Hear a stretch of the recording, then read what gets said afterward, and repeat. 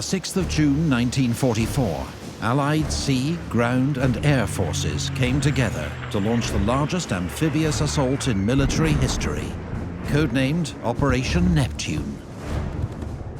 It took 18 months of massive planning efforts, but what's known as the longest day came at a cost, with thousands of casualties on both sides. This is the story of D-Day, the beginning of the end of the war in Europe.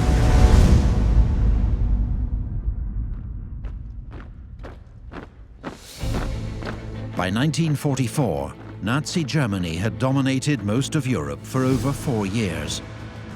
But now, World War II was starting to swing in the Allies' favour. In the Mediterranean, German forces had been chased out of North Africa and were dug in across Italy. And on the Eastern Front, in Russia, they'd suffered disastrous defeats at Stalingrad and Kursk, and now struggled to hold back Stalin's Red Army.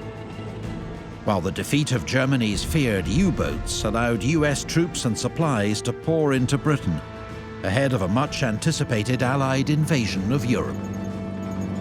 The question now was how to win the war. To win the war, Stalin had argued very strongly for the opening of a second front.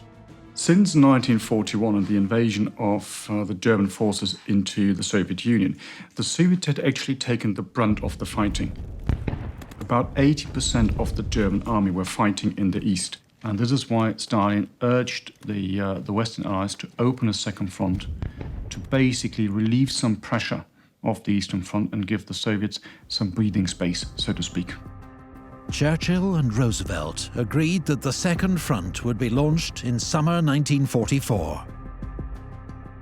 And the person they wanted in charge to coordinate the Allied nations was American General Dwight D. Eisenhower. General Eisenhower was appointed Supreme Commander of the Allied Expeditionary Force in Europe. He had never seen frontline combat, but Eisenhower was an exceptional military planner with an instinctive grasp of modern warfare. Eisenhower's abilities would be tested to the full as he took on responsibility for the single most important Allied operation of the war. The first dilemma: where to land? The obvious choice was Pas de Calais, just 20 miles from England and the most direct route to Germany, which was why the Germans had concentrated their beach defences and troops here. So they turned instead to Normandy. If the Allies could establish a foothold in Normandy, they could then build up their forces and launch a breakout operation, liberating Paris and beginning the advance on Germany itself. The invasion would hinge on the success of the first 24 hours, known as D-Day. Ground troops would be drawn from the 21st Army Group, commanded by British General Bernard Montgomery. 7 British, US and Canadian infantry divisions, 3 armoured brigades, and 3 airborne divisions were earmarked to spearhead the operation. The divisions with which the Allies were to fight the Battle of Normandy and the rest of the 1944-45 campaign were a mixture of veteran formations which had fought in some cases from Egypt and North Africa and then through Italy. And with them, there were divisions going into action for the first time. 18-year-old Frank Rosier was a private serving with 2nd Battalion, the Gloucestershire Regiment. A London boy that had survived the Blitz, he lost his eye after 3 months in battle. This is my first time in action, and there is a period of, we're not playing cowboys and Indians in the wood, this is the real thing. Wally Harris was a craftsman and one of the founding members of the Royal Electrical and Mechanical Engineers. We felt privileged to think, well, we've been chosen to lead the assault, and everybody was chuffed. While Edward Shames had just been promoted to Staff Sergeant of the 101st Airborne ahead of the landings. If you weren't scared, you were crazy. Of course, there were a lot of crazy guys, including me, but we were still frightened, I'm sure. By 1944, the Allies had won the battle for air and naval supremacy. Now US 8th and 9th Air Forces and Britain's 2nd Tactical Air Force stood by to support the landings, nearly 6,000 aircraft in total. From the sea, 5 battleships, 23 cruisers and 105 destroyers would bombard German defences before the assault craft landed. By spring 1944, there were 3 million Allied troops in Britain preparing for the invasion. Each division was given a designated staging area in southern England as vehicles, weapons and supplies poured in. Units earmarked for the invasion trained relentlessly, but details about the landings, codenamed Operation Neptune, remained top secret. We never had any information at all. Where we were going, we didn't have any pictures of an L where we were going to land or anything at all. No information at all. All right, they might have given it to the officers, but we, other ranks, we never knew a damn thing. While their own soldiers were kept in the dark, the Allies launched what's been called the greatest deception plan in history, to fool the Germans about the landing sites. To deceive the Germans, the Allies set up Operation Fortitude. They created an entire fake army in England aimed at the French port of Calais. Calais was the closest deep water port in France to England, and it was a natural spot to invade. The Germans thought the Allies were coming to Calais, and Operation Fortitude convinced them of it. Ken Sturdy, a veteran of Dunkirk, found himself at the heart of the ruse to deceive the Germans. When we arrived there were dummy tanks made of rubber. There were dummy landing craft made of canvas and wood. All along the seafront at Dover were tents with big red cross painted on them to look like hospital tents. There were army signallers, RAF signallers. We deliberately aimed our antenna across the channel to Calais, and all the traffic, and it went on for about 2 weeks or so, we knew was phony, but it gave the impression there was very large contingent gathering ready for the invasion. Eisenhower knew the Allied deception plan was crucial, because if the Germans were ready and waiting, D-Day could turn into a costly disaster, with tragic consequences for millions. On the evening of the 5th of June 1944, hundreds of Allied aircraft took off, bound for the Normandy coast. Operation Neptune, the Western Allies' invasion of Europe, was underway. In the first phase, 24,000 men, arriving by parachute and glider, would be dropped on both flanks of the invasion zone. The US 82nd and 101st and the British 6th Airborne Divisions were to seize key bridges, road junctions and hold off German counterattacks. While shortly after dawn, US, British and Canadian infantry divisions would land at 5 beaches along 50 miles of coast, codenamed Utah, Omaha, Gold, Juno and Sword. When the beaches were secure, tanks and infantry would push inland, relieve the airborne troops, and prepare to resist the expected German counterattack. What paratroopers hadn't been told was that their units were expected to take 50% casualties.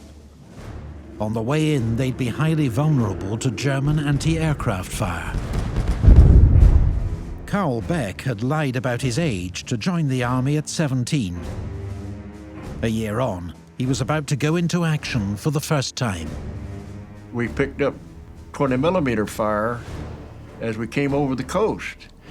You're at 800 feet above ground line, and that 20mm fire is vicious. If you're ever in an airplane that gets hit, and I hope you never are, it sounds like your head's in a bucket and somebody's pounding on the bucket. As they neared their drop zones, heavily laden US paratroopers waited for the signal to jump. We were ready for the green light, and we would get ready to shuffle out, and they had to shuffle because these guys, they could hardly walk getting out of that door because of the weight that they were carrying. The airborne forces were to be dropped behind enemy lines, where they would be cut off from support, sometimes for several days. This meant they had to take everything with them. Of course, the gear weighed about 150 pounds that I put on to get on that plane with the parachute. Everything we could possibly have, grenades, weapons, maps, the whole works. And some guys had mortars, 81 millimeter mortar plates that they jumped with, machine guns, everything. Taff Gillingham is an expert in the equipment of the ordinary soldier. This is the uniform and equipment worn by the American Airborne forces that jumped in Normandy in 1944. So they had a purpose-built jumpsuit designed specifically for the airborne forces. They carried gas masks with all the equipment that went with it. The chaps all carried these, which were anti-gas brassards. They were hooked on, this loop went through the shoulder strap, and they were painted with a special treatment so that in the event of poison gas being in the air, they'd turn red. So you would have an instant warning of poison gas. The equipment was the standard American fighting rig with ammunition pouches specifically depending on role. So in this case, these carried ammunition clips for the M1 Garand rifle.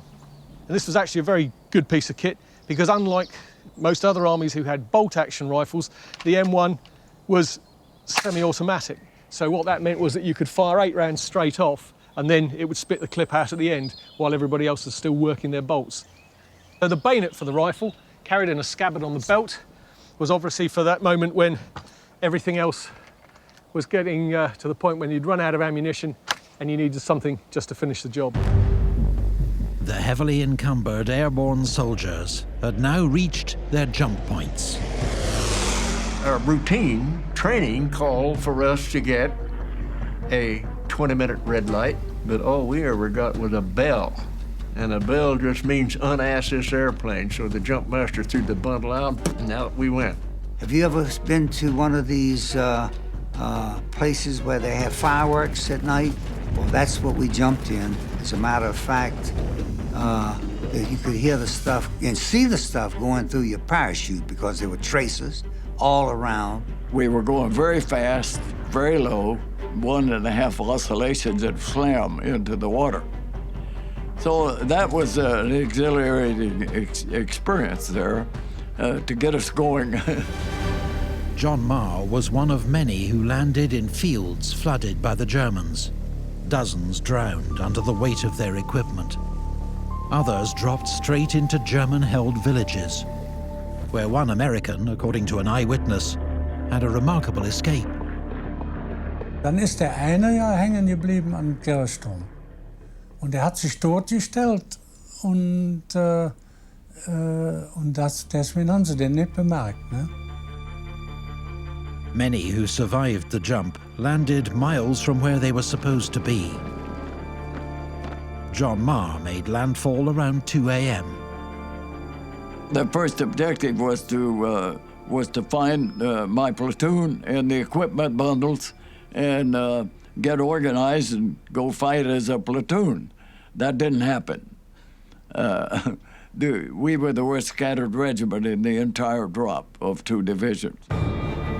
Things had gone better for the British 6th Airborne.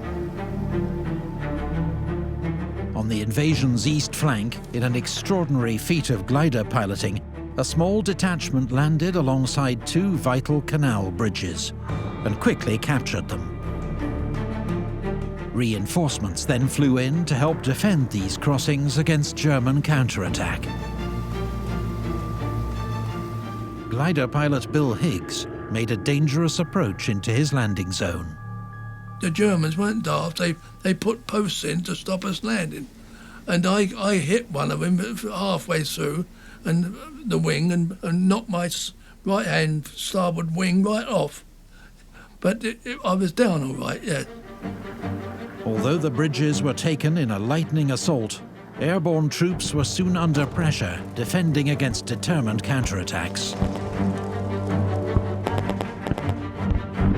It was crucial they held out until the troops arriving by sea could reach them. Men now preparing to take on a formidable chain of beach defences, commanded by one of Germany's most brilliant generals.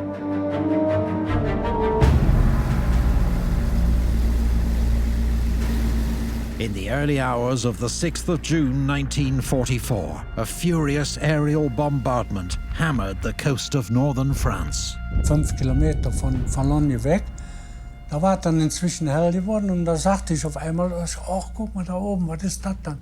Da sahen wir Himmel und Flugzeuge kommen.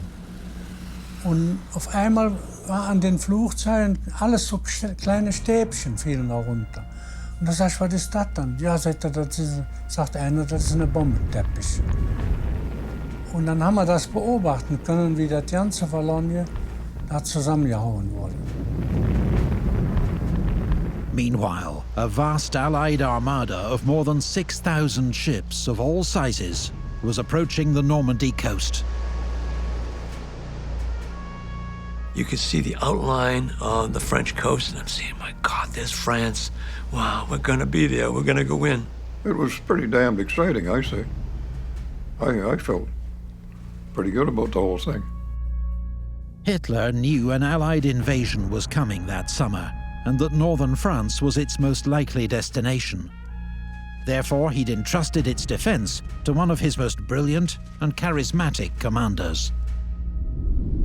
Field Marshal Erwin Rommel won a reputation as one of Germany's most gifted generals during the defeat of France in 1940. While in North Africa, his cunning against the British won him the nickname the Desert Fox. Erwin Rommel's one of the most famous German generals of World War II, and he was a spectacularly effective general in North Africa. His great strength was the ability to maneuver, to manipulate, and to move quickly before the enemy could react to what he was doing. Rommel war für uns wie ein, ich möchte mal sagen, wie ein Vater. Der hatte ein Gefühl für seine Soldaten. Ne? Der war wirklich, also der war sehr, sehr jovial, ne? Sehr. Rommel was famed for bold, aggressive action, but now he faced a very different challenge. With 2/3 of Germany's army on the Eastern Front, Rommel had to hold the Channel coast with 35 divisions, just 6 of which were in the vicinity of the Allied landing zone, 5 infantry divisions and the 21st Panzer Division. But many units were undermanned or considered unreliable. They were either static divisions made up of old men or young men or Soviet deserters or other troops the Germans didn't quite trust, or units that had come from the Eastern Front, worn down by the fighting. Normandy was their rest and recuperation. These units had one advantage, the so-called Atlantic Wall, a chain of coastal defences stretching in theory 2,000 miles from Norway to Spain. Hitler personally appointed Rommel to improve the Atlantic Wall defences in preparation for an invasion. Rommel believed that the only way to stop the Allied invasion was to hit it when it was most vulnerable, the moment of coming ashore. So he made strengthening beach defences his top priority. Under his watch, 3 times as many mines were laid, and 500,000 beach obstacles put in place. The number of heavy guns protected by covered concrete emplacements was also greatly increased. But in most places, the wall was far from the impregnable fortress of Nazi newsreels.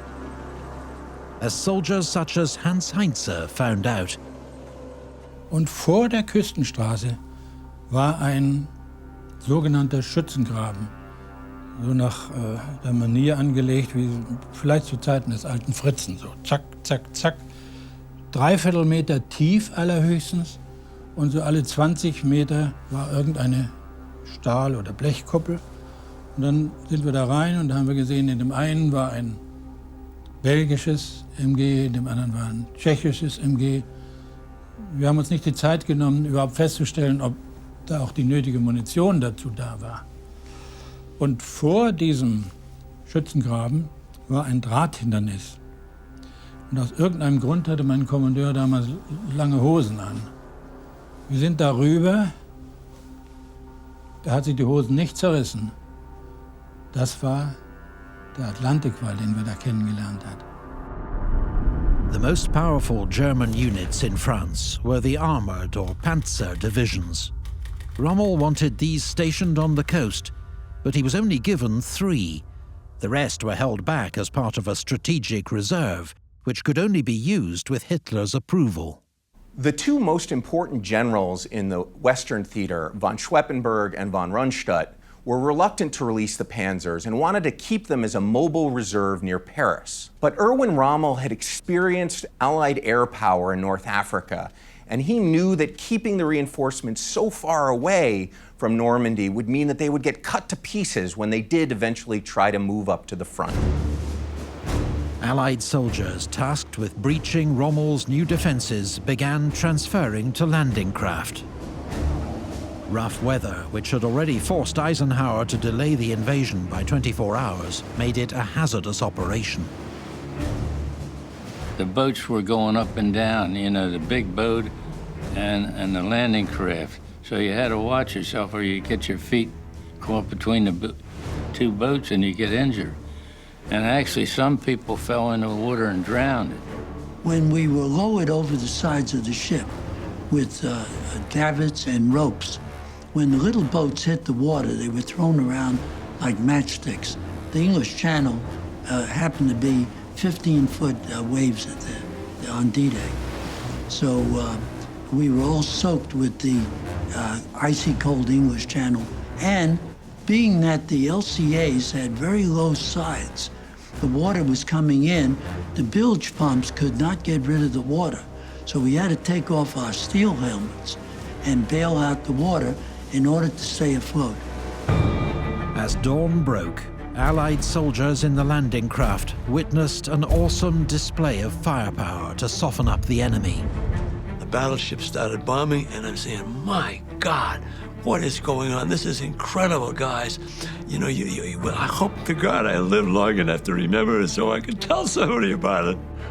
Franz Goerkel, a soldier with 716th Infantry Division on Omaha Beach, had hoped this moment would never come. Kam der Kamerad, der Wache hatte, und rief in den Bunker rein, Alarm, Alarm. Und dann haben wir uns umgedreht, haben den ausgeschimpft und haben gesagt, lass uns in Ruhe, wir wollen mal schlafen. Und dann dauert es nicht lange, kommt ein Unteroffizier von uns in den Bunker rein und brüllt dann richtig rein und schreit, Kerls, sagt er, jetzt wird's aber ernst. The big guns were shooting the targets way far in, and all we could hear was a shoo. Due to local tides, US landings began at 6:30 a.m., 1 hour ahead of the British and Canadians. At Utah, landing craft carrying troops of the US 4th Division landed in a weakly defended stretch of coastline and were soon advancing inland with just 197 casualties. But off Omaha, things quickly began to go wrong. Here, the beaches were held by experienced German troops from the 352nd Infantry Division, and the preparatory bombardments had failed to dislodge them. US bombers, nervous about hitting their own ships, dropped their bombs far inland and missed the beach entirely, while thousands of rockets fired from landing craft fell harmlessly into the sea. Not one rocket shell fell among the dam or hit the beach line. They all dropped off into the water. As the landing craft, carrying 1,450 men of the assault wave, neared the beach, they started taking heavy fire. The eastern half of the beach was assaulted by the battle-hardened 1st Division, the Big Red One. When we came off of that boat, I lost one man alongside of him. My radio man was hit. I believe killed, because the radio itself, which was on his back, was hit, which means that the bullets would have had to come through him to get to the radio. I can remember looking at him, and as I stepped over him, and at that point I didn't hesitate. I had already told the men, when the ramp went down, I turned around and yelled at my two squad leaders that were behind me, go straight in. You could hear the machine gun bullets going off the ramp, you know, because the Germans were traversing like this, hitting all the boats coming in. I didn't get but about 20 or 30 yards when the bullets were hitting around me on my feet, and there was an obstacle there that I made for. And I went down on one knee behind the obstacle for a short time, but just for seconds, because one bullet in one instance actually hit the steel. The western half of the beach was assaulted by men of the untested 29th Division. I was the 5th man on the left side of our little craft, behind Clarice Riggs of Pennsylvania, and he was gunned down on the ramp and went face down into the water. And I dove in behind him, and I was neck deep in bloody red water with my rifle over my head. The juries just opened up. They knew we were going to be there. They were waiting for us. And in effect, A Company and part of B Company were massacred right on the beach. There was nothing left of them. Da waren ganz arme Kerls da unten, die Ersten. Die Ersten sind noch fast gar nicht, da ist fast gar keiner von durchgekommen. Überhaupt nicht, möchte man sagen. Da waren unsere Waffen, die waren ja noch alle in Ordnung, ne? Don McCarthy's landing craft was swamped before it made the beach. He and his comrades had to swim for it. When I went in the water, I went down head first in the water, but the air that was in the helmet pulled me back up top. I got my CO belt, I got rid of everything. All I've got on is my little 29th Division jacket, that's it. The combat jacket is gone, the rifle is gone, my camera's gone. I'm saying, son of a gun, my dad will kill me because I lost the camera. And I said, God, please, please, please, get me off this beach and I'll do anything you want in my whole life if you just do this for me now. And the smoke came over. That was the miracle. As GIs struggled to survive the first moments of the assault on Omaha Beach, they were desperately counting on tank support, in the form of specially modified Sherman tanks.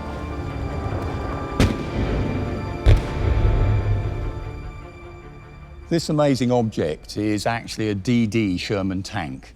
It's a tank that floated. The whole problem was, for the Allies to invade the German beaches, we were going to need tanks very, very quickly to support the infantry. If you put all your tanks in one landing craft and they go ashore and that landing craft is hit, they all get sunk. If you can spread the tanks out, let them float ashore, then you're spreading your risk. And so they developed the Sherman, and they call it the Sherman D-Day, duplex drive, using something called displacement. You put a canvas screen, like we've got on this model here, around the outside of the vehicle, and it actually displaces enough water that you can float a 30-ton Sherman tank. The idea being the tracks can take you across the land, but in the water, they actually add propellers to the back of the vehicle to take it through the water and get onto the beach. For the Germans, there's accounts of them thinking these tanks, as they're coming to shore, are just canvas boats. And suddenly that screen drops and there's a 75mm gun of a Sherman tank pointing at them. And so that fear factor and the shock factor as well of those tanks coming ashore has an impact on the German defenders. On Omaha, American commanders insisted on launching the D-Day tanks 3 miles out, into rougher seas than anything they'd trained for. The consequences were disastrous. The water would come up to roughly where that black line is, and it's got about a 3-foot freeboard. It was considered safe to go in waves of up to a foot high, but nothing much higher. 27 out of 29 tanks sank in 6-foot waves. And with only 2 of the tanks making it to shore, whole squads of infantry were mown down as they tried to cross 80 yards of open beach. With US troops at Omaha pinned down and taking heavy casualties, at 0730 hours, British and Canadian landings began at Gold, Juno and Sword. Royal Marine Commando Vincent Horton, who had already dodged bombs and bullets in Italy and Africa, knew only too well the dangers that lay ahead. You never expect to survive. You always take the assumption that the first in are going to take the casualties. As the landing craft began their approach, the success of Operation Neptune hung in the balance. Another disaster like Omaha, and the entire invasion could be headed towards catastrophe. I see a boat get a direct hit, and you can see all the bodies going up in the air, and I don't think anyone lived out of that lot. As the first wave of British and Canadian soldiers approached the shores of Normandy, they ran a gauntlet of artillery fire, beach obstacles, and anti-tank mines. My craft hit an obstacle out in the water, and it blew the whole front of the landing craft up in the air, and I was towards the back, thank God. There was nothing but water pouring in, and guys up in the front, they were all done for. That was it for them. They were game over. British and Canadian troops thrown into the sea were encumbered not just by kit, but by their uniforms. The soldiers all had this rough, hairy serge battle dress uniform, very hard-wearing wool. It was virtually waterproof in a rainstorm. Obviously, if you waded ashore, you'd be soaking wet, but the whole thing was great because it dried off as you moved around. You heated it up from the inside out. For D-Day itself, some of the troops were issued with what was called the 1942 battle jerkin. The intention of the designer was to have a one-piece garment that the soldiers could literally carry everything in one piece of kit. Every soldier was wearing this very, very simple life belt, which was worn around the neck and tied around the waist, and they would then have the thing half inflated so that it already had a bit of air in, and if when you came off the landing craft you're in deep water and you got in trouble, you could then eject your fighting equipment and inflate this to actually keep you afloat until you managed to get ashore.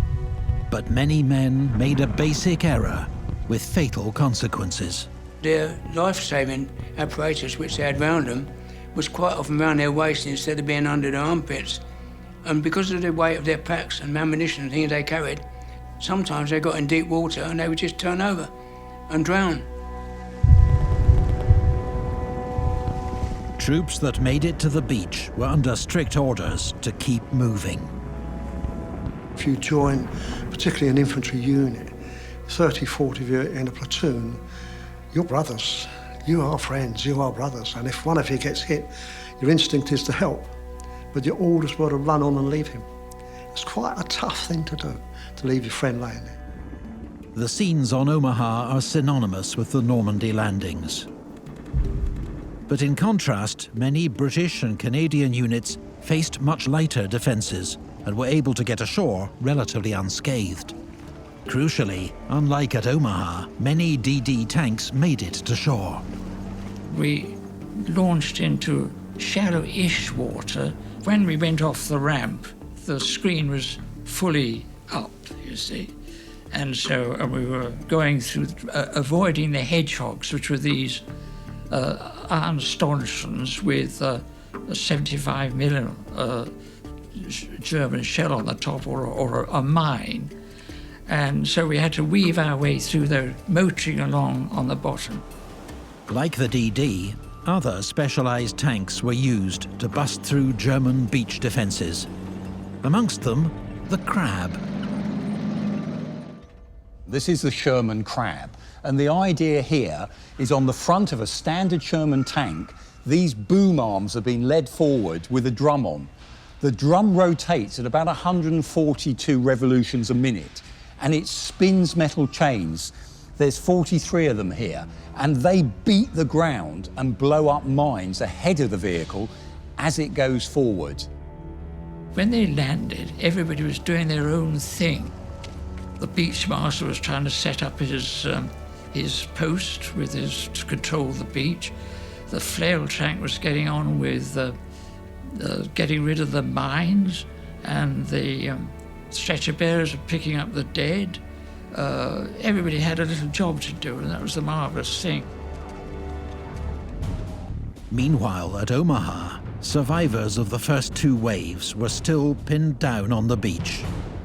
One problem was that most of their equipment was at the bottom of the sea. They lost guns, they lost equipment, they lost Bangalore torpedoes, which was one of the biggest losses. Because without Bangalore torpedoes, we couldn't get through the barbed wire. A Bangalore torpedo was a 5-foot section of pipe filled with TNT that could be screwed to another section to create a pole. This could then be pushed under barbed wire to blow a path through.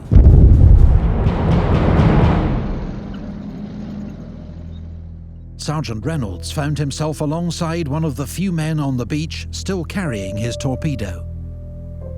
He gets to the top of the shingle bank and he slides it across the top of the shingle bank where the barbed wire was. The man took the second section of the Bangalore, clipped the two of them together, stuck a fuse into the end of the Bangalore, pulled the cord, which was the igniter, and got back away from the torpedo. And after 5 seconds, it didn't go off. So anyway, he crawls right back up without any hesitation, takes the bad fuse ladder out, puts another one in, look back to see if he can back up, pulled the fuse ladder and started backward and only made just one little shove backwards. But he was killed by either machine gun or rifle fire before the Bangalore went off. My face is this close to his and he's looking right into my eye when he died. And he died by he had a look in his face that to me at the time was pretty much like surprise. And he just closed his eyes and dropped his head. Now, this all happened in about 5 seconds' time, and then the Bangalore torpedo went off. Of course, it blew a hole, and I was up immediately and through that barbed wire. Harley Reynolds was the first man in his sector to make it through the wire and up the bluffs. Along the beach, small groups of men fought their way out of the killing zone and onto the ridge that overlooked the beach. One inspirational figure that morning was the 29th Division's Assistant Commander, Brigadier General Dutch Cotta. Norman Dutch Cotta was a career soldier and West Point graduate who preferred to be in the field with his men than sat behind a desk. On D-Day, he came ashore at Omaha with the second wave, and at 51 may well have been the oldest man on the beach. As an amphibious warfare expert, he'd warned that Omaha would be tough. Seeing the chaos that had engulfed the first wave, Cotta rallied survivors and personally led a charge through the wire to restore momentum. In some sectors, Navy destroyers came to the rescue, blasting German positions from close range. The only thing that saved us was this U.S. Navy destroyer, the USS Frankfurt, came in real close without running aground and started banging away at the hill. The skipper saw puffs of smoke. He figured it was machine guns firing, so he suppressed the fire up on the top of the hill. And that's what allowed us to get through the exit and get on up the hill. US troops were in no mood for mercy. Although grievously wounded, Hal Baumgarten had fought his way into the German defenses. We got to a machine gun nest with about 5 Germans in it, and they were holding our advance off. These guys wanted to surrender, but we had one ranger with us, and he had his submachine gun, and he emptied his submachine gun into these Germans. I wouldn't fire at anybody like that, but this ranger was so He had lost so much men on the beach, he just went wild. On each landing beach, Navy officers were tasked with keeping the invasion moving. The way that man was acting, he was cool as a cucumber. Just standing there, shit, come on, get off the beach, get off. And chasing them off the beach as though he was in the middle of the road or school crossing. As units did start moving inland, German strongpoints, snipers and minefields slowed the advance to a crawl. On the invasion's western flank, American units advancing from Utah made contact with airborne forces. For Lieutenant Frank Gregg and his platoon of paratroopers, it was just in time to lend much-needed assistance. I heard tank coming up behind me. I looked back and it was one of our tanks that had coming over the beach. So the lieutenant rolled his tank up there and he yelled down at me, "Hey, Lieutenant, I got 30 minutes of fuel left in this thing. What can I do to help you?" I said, "You see that road junction right up there where that firing is coming from?" He said, "Yes." I said, "That is my colonel wants me to capture that road junction and hold it. So if you could help us out, sure appreciate it." He says, "Okay." He says, "I'll throw a 75 millimeter shell in there and should quiet them down." So I said, "Good." He cut loose a 75, it went bang right into the position.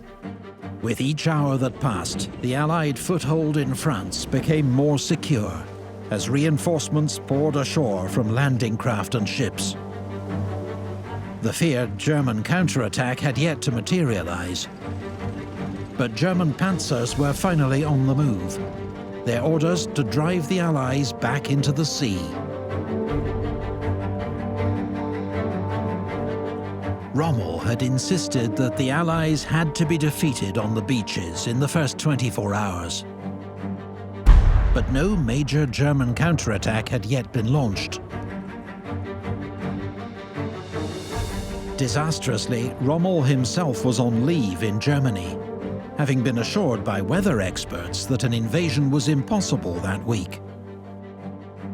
As he raced back to France by car, the German Panzer Reserve sat idle all morning, because the only man who could authorize its use, the Führer, remained wary of Allied intentions. The main reason that people always hear, and that you can find in every literature and in a lot of films, is the fact that Hitler slept through the attack and no one dared wake him up because he was a man who liked to sleep very long. There is some truth to that. However, there are also pure military reasons as to why the counterattack hadn't launched. The main reason for that is that the Germans were actually still expecting a second, bigger and major invasion somewhere in the Pas-de-Calais area. So because of that, they kept back their strategic reserve because they regarded in the early hours of the D-Day landings, the D-Day landings only as a diversionary attack. At the high command level, at Rommel's level and farther up, the Germans spent the whole day dithering about what to do and let go a prime opportunity to drive the Allies back into the sea. It was left to General Marx, commanding the 84th Infantry Corps in Normandy, to take charge of the situation. General Erich Marx was a highly skilled staff officer who'd taken part in the German invasions of Poland and France, and helped plan Operation Barbarossa, the invasion of the Soviet Union. As a division commander on the Eastern Front, he'd lost a leg in combat, but remained in the army, winning promotion to General of Artillery, and in 1943 being given command of the 84th Infantry Corps in Normandy. D-Day, the 6th of June, happened to be his 53rd birthday.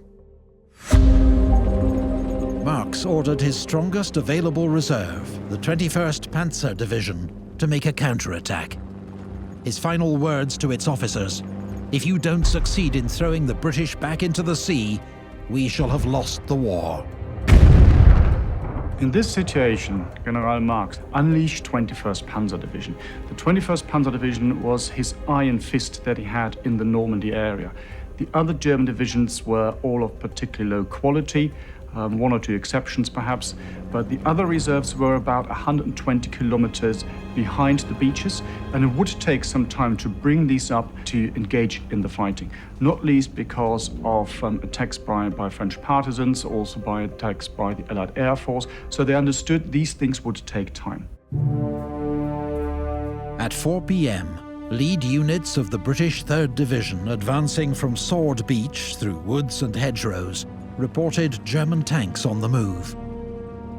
At this stage, the greatest threat came from the workhorse of the German armoured divisions, the Panzer IV.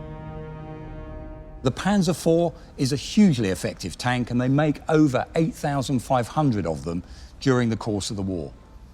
It starts its life as being an infantry support vehicle designed with a short-barreled 75mm gun, but Hitler insists it has a long-barreled, high-velocity 75mm gun fitted to it. Very effective for knocking out enemy tanks, and the other great thing about the Panzer IV is they were able to upgrade it when it was in service. One of the reasons the Panzer IV was considered such a successful and well-designed tank was about the crew ergonomics.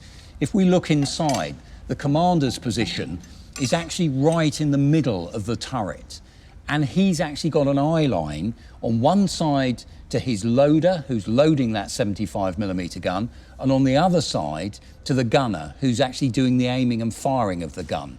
He can actually just about see through to the front of the tank, where we've got the driver and the radio operator.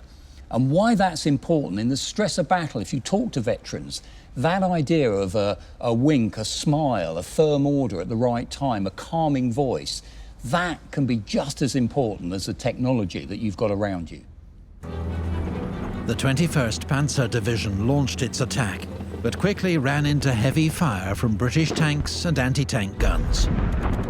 By 9 p.m, a handful of Germans had fought their way to the Channel coast, just in time for an awesome spectacle. A vast air armada approaching from the sea, 250 Dakotas towing as many gliders. This was Operation Mallard, the arrival of the British 6th Air Landing Brigade to reinforce the earlier airborne landings. Out to sea, the sky was black with aircraft, as they say, and you could see there looked like hundreds of planes coming in towing gliders. And as we set off, the gliders started coming down. A couple of them would burst through this hedge at the side of the right-hand side of the road. As gliders began landing behind them, the German units retreated back towards Caen to avoid being cut off. As D-Day came to an end, exhausted frontline troops slept where they could, in scraped trenches or alongside their vehicles. It was a strange first night on D-Day because we didn't attack anybody and nobody attacked us, at least in my case. I say to myself, son of a gun, we actually made it. And I'm thinking to myself, hey, Mom and Dad, I'm really in France. I'm here. I made it. We finished flailing in that field, and we just rolled up in our blankets and went to sleep. By the end of D-Day, the Allies had gained a vital foothold on the French coast, though they had failed to reach several key objectives, including the city of Caen. But crucially, 160,000 British, Canadian and US troops were safely ashore, and in the days to come, that figure doubled. Over 5 days, more than 54,000 vehicles and 100,000 tons of supplies were also landed. But the human cost was high. It's been estimated that on that first day, there were around 3,000 British and Canadian casualties, and 6,500 American, about half of them at Omaha Beach. The number of German losses is unknown, but it's estimated that there were between 4,000 and 9,000 German casualties on that fateful day. Though the Allies were short of their objectives, it was clear that Operation Neptune had been an overwhelming success. Montgomery and Churchill and then our own generals at that particular time, they informed us that we were to take Caen in 2 weeks. It took us almost 2 months. The killing fields of Normandy were the first experience of combat for thousands of Allied soldiers, often pitched against elite German units in a costly struggle to break their resistance. As a young officer, Patrick Delaforce commanded a troop of 4 self-propelled artillery guns in Normandy. Everybody put a brave face on it because we knew it was a war of attrition, that with a bit of luck, if one of our chaps are being killed, with a bit of luck, maybe one of the Germans was being killed. With the Germans rapidly sending reinforcements to Normandy, the Allies now had to quickly build up their own forces, fight off the expected German counterattack, and launch their assault on Caen. The task fell to Commander of Allied Land Forces in Normandy, General Bernard Montgomery. Popularly known as Monty, Britain's foremost general of the Second World War was a supremely professional and precise commander, who distinguished himself early in the war by getting his division out of Dunkirk almost unscathed.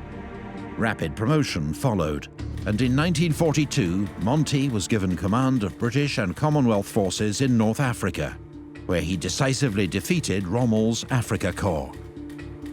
A prickly character who many found unbearably arrogant, he was nonetheless popular with his men.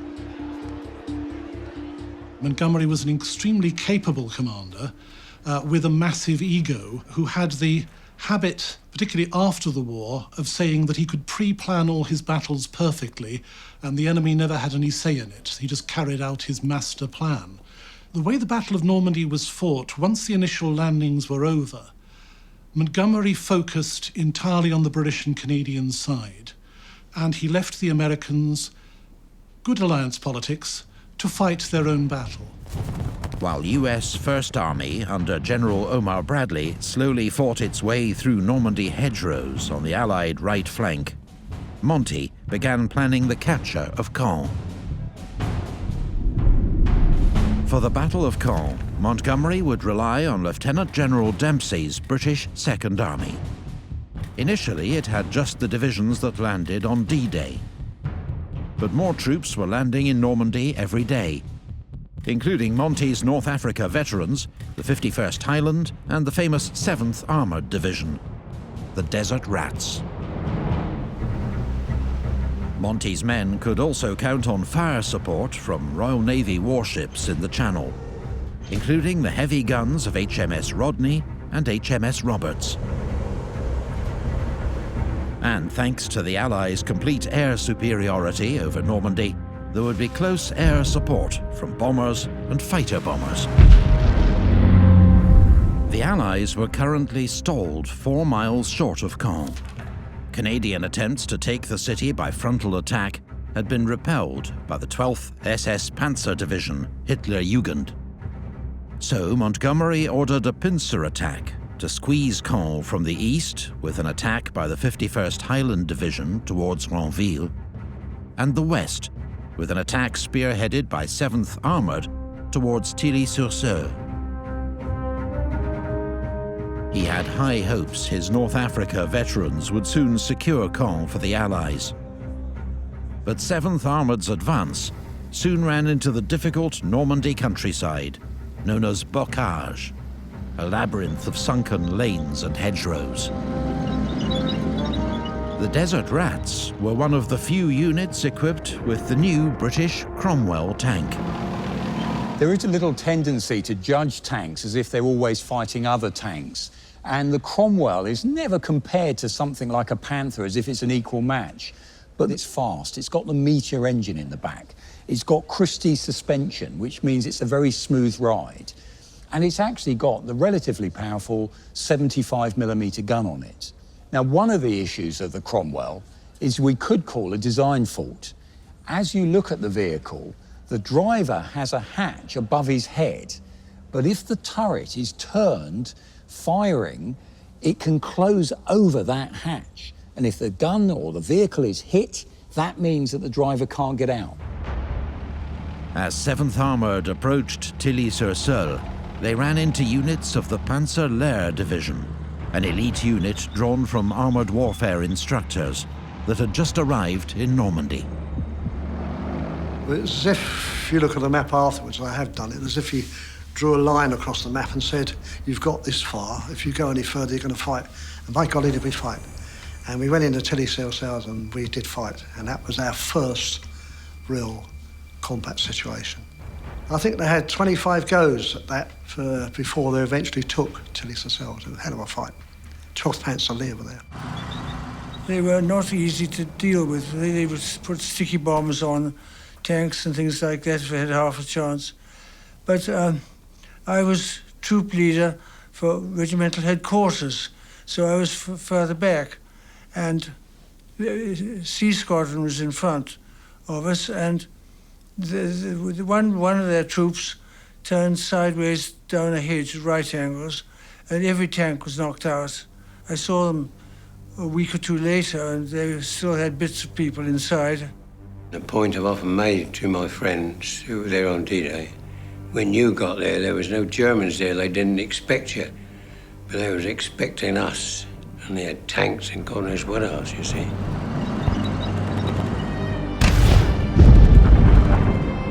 I hit the deck, and the bloke walking near me must have taken a direct hit because his hands landed in front of me. As I hit the deck, a hand landed with me. The whole arm like that landed with me, and I screamed my head off. Experienced German troops fought the British to a standstill. But the situation changed on the 12th of June.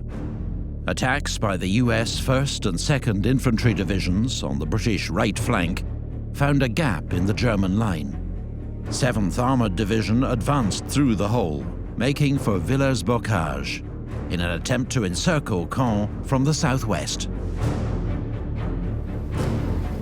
As British tanks arrived in the village of Villers-Bocage, French civilians came out to welcome them and celebrate the end of 4 years of occupation. And we came in, beautiful day. People came out on the streets with flowers and cider and Calvados. And we thought, this is great, no sign of any Germans. I wasn't particularly worried myself because the French people said, no, there's no German tanks actually in Villers-Bocage, it's all in Tracy-Bocage and the other villages around. So we went through the town quite quickly, and they told us, close up, close up. And so I was only about 20, 30 yards behind the colonel's tank. But the French villagers were wrong, and their celebrations were premature. We'd been told to expect 30% casualties at D-Day, but we didn't get them till Villers-Bocage. Unbeknownst to John Cloudsley Thompson and his squadron, they decided to pause the advance right next door to a company of the 101st SS Heavy Tank Battalion, which was now approaching rapidly from the east. I was rather busy looking at the map and trying to work out what was happening. And then, very suddenly, the tank in front of me burst into flames with a big explosion. Their column had been ambushed by one of Germany's feared Tiger heavy tanks. I saw this tank coming. It moved the 88mm just like that, then wham! And the shot came, and I was standing up in the turret looking through the periscope. I ducked down, and I felt a tingling between my legs. I thought, well, lucky my legs were apart, because I knew that the shot must have gone between. In command of the 55-ton steel monster was a Waffen-SS legend, Obersturmführer Michael Wittmann. He earns his reputation on the Eastern Front, and he's an absolute gift to the German propaganda machine. Wittmann's Tigers are in France in the summer of 1944, and after the D-Day landings, they are moved up to try and block British advances around Caen. As part of the advance, the British 7th Armoured Division races forward to capture high ground around the village of Villers-Bocage. Now, Wittmann's Tigers have just been offloaded and they're resting very near that village. As soon as Wittmann hears that the British 7th Armoured are parked up on the side of the road, he attacks and he knocks out many British vehicles. Wittmann's 15-minute rampage through the town of Villers-Bocage knocked out 13 British tanks, 2 anti-tank guns, and 13 other armoured vehicles. And that was actually pretty horrifying because you could see tanks being blown up, and then you think, well, it could be me next time, but then you have to dismiss that from your mind because that's the way life goes. Wittmann's Tiger was eventually disabled by an anti-tank gun, but by then, the damage was done. We'd lost half the regiment in that one day in Villers-Bocage, which was really disastrous. German news services quickly leapt on Wittmann's success. Now, the German propaganda machine immediately inflates this victory. He's interviewed on German radio that very evening. This inflates the reputation of Michael Wittmann and, of course, the Tiger tank. In actual fact, that battle was much more of a draw, and Wittmann had lost precious German assets, Tiger tanks, that could not easily be replaced. The following night, the British returned to Villers-Bocage when 300 heavy bombers unleashed devastation on the village and strategic crossroads. We saw a lot of bombers coming over and clouds of smoke in the distance and masses of these British bombers coming over to bomb Villers-Bocage. And that's when it became the most heavily bombed town in Normandy, or anyway in the British sector during the war ever. It was very, very badly smashed. The Allies could take some comfort from the fact they'd not had to face these powerful German armoured forces on D-Day itself. Army Group B commander Erwin Rommel had wanted these elite units stationed on the coast, ready to smash the Allied invasion on the beaches. But he'd been overruled by Adolf Hitler, who insisted the prized Panzer divisions be held back as a reserve and used only with his explicit authority. Under the Third Reich, Hitler wielded complete power over the military as both Armed Forces Supreme Commander and Army Commander-in-Chief.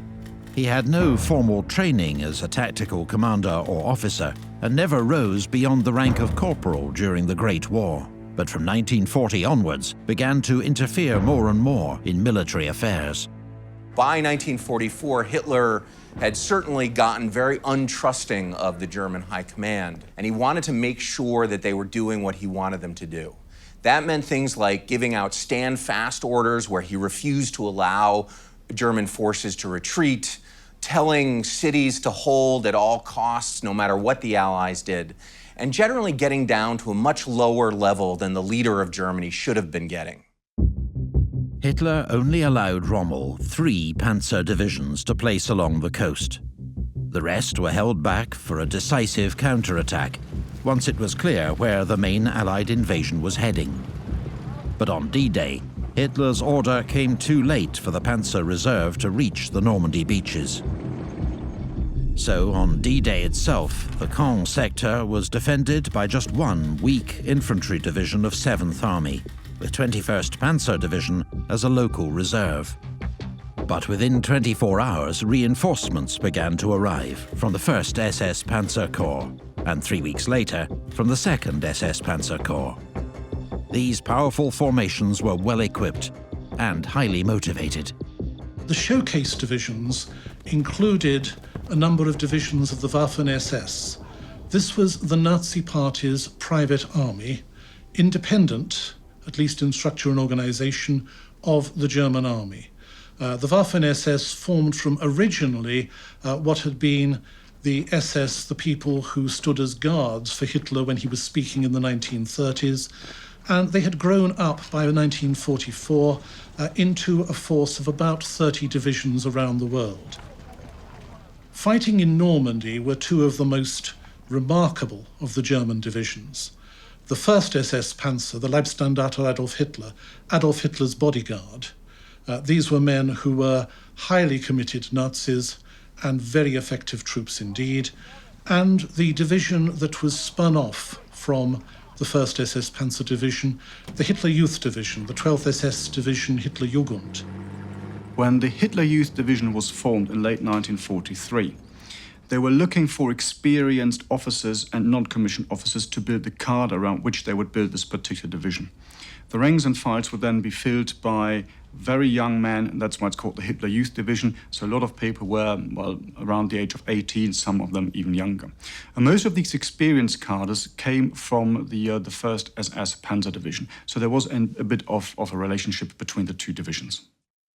They were Führertreu, they were true to the Führer, and their commitment to Hitler and their fighting abilities were second to none. At the same time, that same commitment made them much more likely to shoot prisoners or kill civilians. Now facing the cream of Hitler's army, it was more vital than ever that the Allies move reinforcements and supplies rapidly from ships to beaches and then to the front line.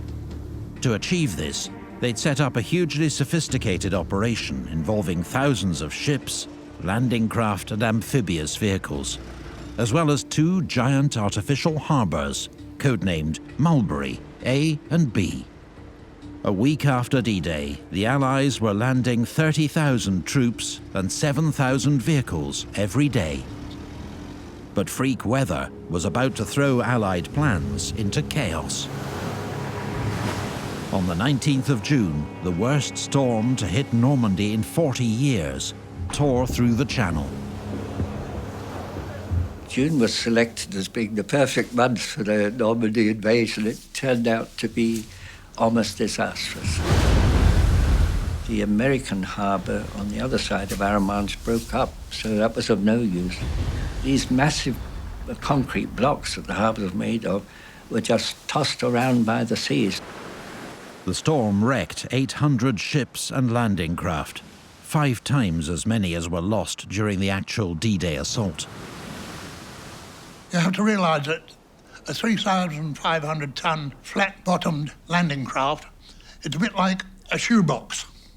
You put it on the water and you blow at it and it will go anywhere. And an LSC of that size, it got blown. And we got well blown. The beaches were strewn with wreckage and took days to clear. The consequence of this particular storm was that Allied logistics was thrown into disarray. The logistical resupply of the Allied forces after the storm is down by 50%. And this, of course, gives the Germans, you might argue, a bit of a breathing space. Of course, the Allies still have a sheer superiority in man and material, but if they had had both of these Mulberry harbours, things would have been even worse for the Germans. The storm forced Montgomery to postpone a new offensive against Caen by 5 days. He knew it could prove a costly delay, since according to top-secret intelligence, the enemy were about to receive major reinforcements. The Germans had what they believed was an unbreakable code that they could use to communicate. They used something called the Enigma machine, which looked like an oversized typewriter. But one of those Enigma machines had actually fallen into the hands of Polish intelligence during the German invasion of Poland in 1939, and the Poles got it to the British. Once they got the machine, the British code-breaking unit at Bletchley Park worked 24/7 to break the German codes and make sure that they could read German messages. For General Montgomery, what Ultra allowed him to do in the battle for Caen was understand what German units were arriving in the defensive lines and how he should respond to them. Monty was determined to press ahead with his new offensive before German reinforcements entered the battle. The attack, codenamed Operation Epsom, began with a monstrous barrage by 700 guns, including the heavy guns of 4 Royal Navy warships firing at a range of more than 10 miles. I've seen one Tiger tank that was hit by one of the shells from the Warspite. It was turned over rather like a dinky toy, but that was very rare. Bombardments by both sides were steadily laying waste to the Norman countryside. Hundreds of farm animals were caught in the crossfire, their carcasses left to fester in the summer heat. That's one of the worst things I can remember, really. And it was really disgusting. But, you couldn't help yourself. You didn't move. You had to keep under cover. But you might have 4 or 5 dead cows in the field. There's nothing to gosh, the smell of death. In the wake of the massive bombardment, 2 fresh divisions from British 8th Corps, supported by nearly 600 tanks, would attack south, cross the Odon River, and swing round to encircle Caen. Supporting attacks would be made by the Canadian 3rd Division at Carpiquet Airfield and 49th West Riding Division towards Roré. But the Germans had organised a skillful defence in depth, and casualties were high. We had to go through countryside. There was open fields. So the snipers were having a ball. You know, they was knocking mainly officers, because then, when they first landed, they had their pips up and their revolver, and, you know, it was obvious officers, so we came running, get the officer. And they were shooting them. We had to finish out with 1 officer. So there was a lot of fire about, tremendous lot of fire, anti-tank fire, artillery fire. The 15th Scottish Division had a very difficult battle. They lost 250 men in the first hour. We ourselves got shelled a lot, and we also first met this awful weapon, the naval Werfer, which is a smoke thrower, and it's called the Moaning Minnie, and that produced this awful humming sound. And then all these mortar bombs covered an area about the size of a football field. Luckily, you had this warning. So as soon as you heard this awful moaning noise, you took what cover you could in a ditch or in a trench or something like that. The supporting attack at Roré also ran into fierce opposition. And we took a couple of villages and we did 3 attacks, and each one of them was large casualties, as all the attacks in Normandy were. And we were pushed back just as soon as we went forward. If you made a gain of 100 yards, that was a major victory, because fighting was beginning to become so terribly intense. And our first 3 attacks, we lost a lot of people. It took 2 days of grueling combat to get across the Odon River. Then on the far bank, they faced a battle for a long, low ridge that soon became infamous. Hill 112. It was the highest point on a series of rolling downland, and it was called 112 simply because it was 112 feet above sea level. It was in a commanding position overlooking the city of Caen, which you could see quite clearly. Rommel himself said that whoever held Hill 112 held Normandy. We was in the 15th Scottish Division, which was at the side of the hill, and that was known as the Scottish Corridor. Before it was named Death Valley. We was losing there 150 men a day. Time and again, British soldiers were ordered to advance across open wheat fields, just waiting for dug-in German machine gun crews to open up with one of their most feared weapons. Because the Germans had been there much, much longer than we'd been there, they had proper positions that were mainly guarded properly with sandbags and what have you, so they were difficult to get rid of. And their machine guns was knocking our blokes out right, left and centre. The British were up against the devastating MG42, nicknamed Hitler's Zipper. The German MG42 light machine gun was typical of the German design. Heavily over-engineered, beautifully made, and used an enormous amount of bullets. It was a very feared weapon, there's no doubt about that. Allied soldiers remembered the sound of it. It was just like the sound of tearing paper. There's no machine gun that fires like an MG42. It's a brip, brip, brip. Like a string of Chinese firecrackers going off next to your ear. That's at once, and and they're very rapid. You have no options. Once it starts, you've got it. You either get hit or you don't get hit, one or the other. But the MG-42's extraordinary rate of fire had its drawbacks. It fired 1,200 rounds a minute, twice the rate of anything that the British used. And the problem with that is that the more bullets you fire, the more bullets you need to make, the more you need to supply, the more you need to transport, the more you need to carry into action. War ein luftgekühltes Maschinengewehr, das theoretisch in der Minute 3000 Schuss schießen konnte. Das war aber technisch nicht möglich, weil niemand in der Lage war, diese 3000 Schuss in einer Minute vorzuhalten.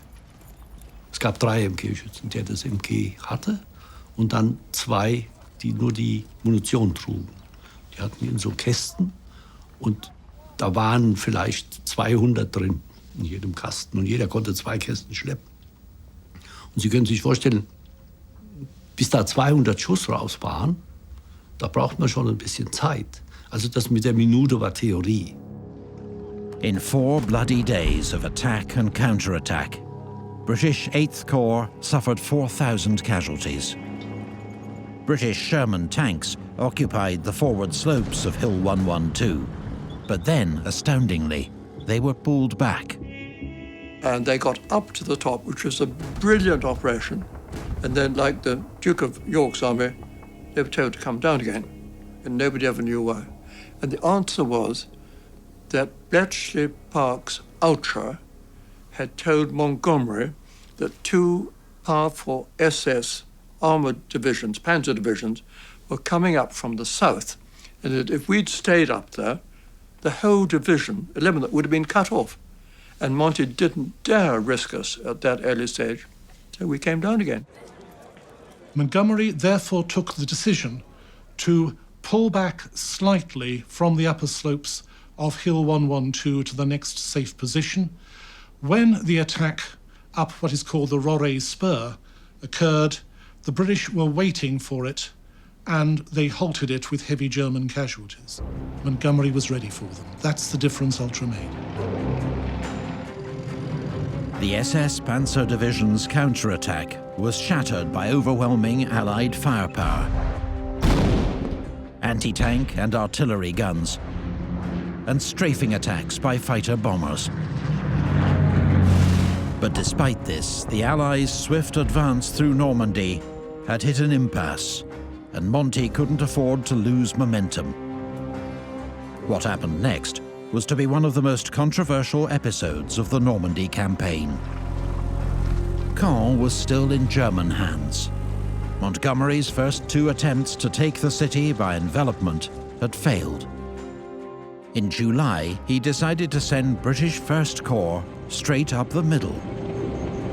Ahead of the assault, codenamed Operation Charnwood, 467 bombers pulverized the northern approaches to the city.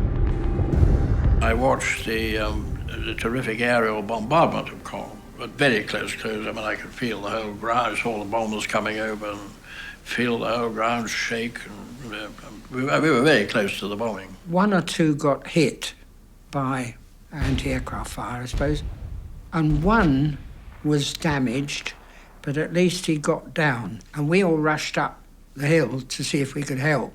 But he said, keep away, we've still got bombs on board. So we all ran back down the hill again. It was blown to bits, Caen was. We always wondered why we'd bombed it so heavy, because when you bomb a place, it makes terrific hiding for infantry, and it makes your job worse and worse. German positions were then blasted by the 16-inch guns of HMS Rodney, as well as the 6-inch guns of cruisers HMS Belfast and Emerald. Then strafed by RAF Typhoons.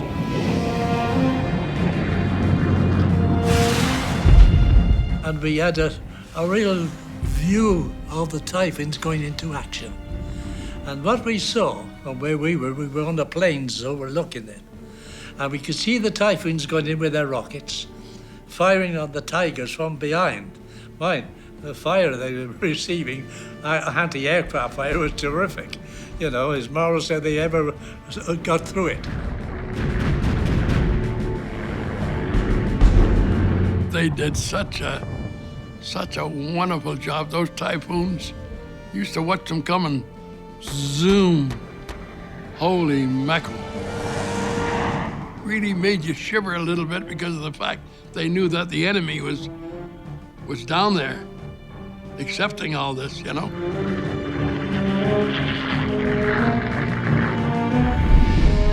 British and Canadians slowly fought their way through German-held villages into the outskirts of Caen. Between the coast and Caen, there were about 7 or 8 fortified villages where the Germans had fortified everything and based large numbers of artillery guns, field guns, anti-tank guns. And Galmanche was one of these fortified villages. And we fought twice at Galmanche, and we had one day where we were without infantry, where our infantry had lost so heavily, the colonel pulled the rest of them, or their colonel pulled them out from there. And B Squadron, my squadron of tanks, was in there one day, and we were static. The Germans were on the high ground in the village looking down on us and could see everything that was happening. And every time we moved, they were shelling us, and they were shelling us continuously for a period of about 4 or 5 hours when we were without infantry. And we had orders to hold it and not to pull back. So we had to literally sit there and be shot at. A mortar come over, the most devastating blast I ever heard in my life. It landed right between Alec Duncan's legs. He was the one in the middle. I don't remember anything that happened, except for a few minutes later, Harold Burden, which was on the left of Alec Duncan, said, "How you doing, Hook?" I said, "I don't know. I don't know how I'm doing." I said, "How's Alec doing?" He says, "Alec is dead. He'd lost both his legs. Both his legs." On the right of the advance, in house-to-house fighting through the ruins of Caen, the Canadians were again facing die-hard fanatics of the Hitler Youth Division. And rumours were circulating of a massacre of Canadian prisoners. In this Battle of Caen, we were up against Hitler's toughest troops, the SS troops, under General Kurt Meyer. And he's the jerk that kills 24 of our Canadians in the Abbey. He murdered them. Kurt Meyer, seen here, was convicted after the war by a Canadian court for his part in the murder of Canadian prisoners during the battle. Well, I'm still mad about it. I still feel that they didn't fight fair. I mean, there's a right and a wrong way to fight a war, and sure, get killed in action or shoot somebody, and not necessarily after he's taken prisoner. That's wrong. That is very wrong. Well, I don't forgive and forget. I just put it in the back of my mind and say, that's the way they were, and they'll. We're not going to change history now. Fighting around Caen assumed new levels of brutality, with accusations of the shooting of prisoners by both sides. One of the things that started happening in Normandy was the regular execution of Allied soldiers by German divisions. Some of this was from German units that had been brutalized on the Eastern Front and were extremely violent on the Western Front. Some of this was from units that were more deeply Nazified and patriotic, like the Hitler Jugend. But the result was, as around in the Battle of Caen, where a number of Canadian soldiers were executed, was that Allied soldiers were getting shot after they had surrendered. The response on the part of the Allied soldiers was often to execute German prisoners in revenge. After a day of heavy fighting, the pressure from the Allies was so great that Rommel decided to abandon northern Caen and withdraw his forces across the River Orne. On the 9th of July, the northern half of Caen fell to the Allies.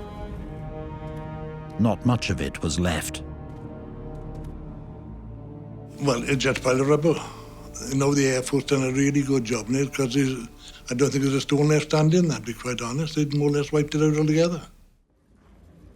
So the combination of the two armies meeting and firing into a town in the centre, plus the fact that a 1,000 bomber raid was put on it, meant that the town was a massive ruin and rubble.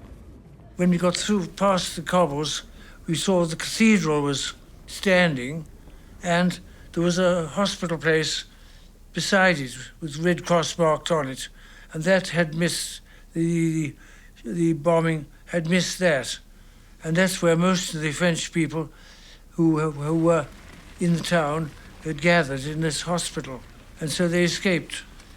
There were a lot of people killed, but not as many as would have been if it hadn't been for the sheltering in the hospital, which our bombers had been avoiding. There was no let-up for the Germans. The next day, Montgomery launched Operation Jupiter. This time, the 43rd Wessex Division would attempt to capture the strategic Hill 112. We were asked to gain the summit, hold it and keep it, but the Germans were quite equally determined that we were not going to do so. So it was a battle of attrition, mostly between armour and armour, but the infantry were expected to advance over open fields. Da ging ein Kampf, ich glaube, über 14 Tage mit fast täglichem Wechsel des Besitzers dieser Höhe 112. Mal waren wir da oben, mal waren die Engländer bzw. Kanadier, die dort auch im Einsatz waren, oben. Sehr verlustreich, ein kleines Wäldchen, das nachher gar nicht mehr zu erkennen war. The fight around Hill 112 was an incredibly violent and intensive fight. The Germans had built up a substantial defense in depth, centered around machine guns, anti-tank weapons, high-velocity anti-aircraft and anti-tank guns, tanks, armored personnel carriers, and the Allied soldiers had to fight all their way through it. They knew if they popped their head up, even from a mile away, a German tank or gun might shoot it off. And so they had to slog their way through it, minute by minute, hour by hour, day by day, taking enormous casualties as they went. The inexperienced Wessex Division were up against Waffen-SS troops supported by Tiger tanks of the 102nd SS Heavy Tank Battalion. And it became almost a mantra that if you don't know what to do next, go down, dig down, and get your head under the ground level. The struggle for Hill 112 decimated the Wessex Division. And still they couldn't take its summit, left a no-man's land strewn with dead men and destroyed vehicles.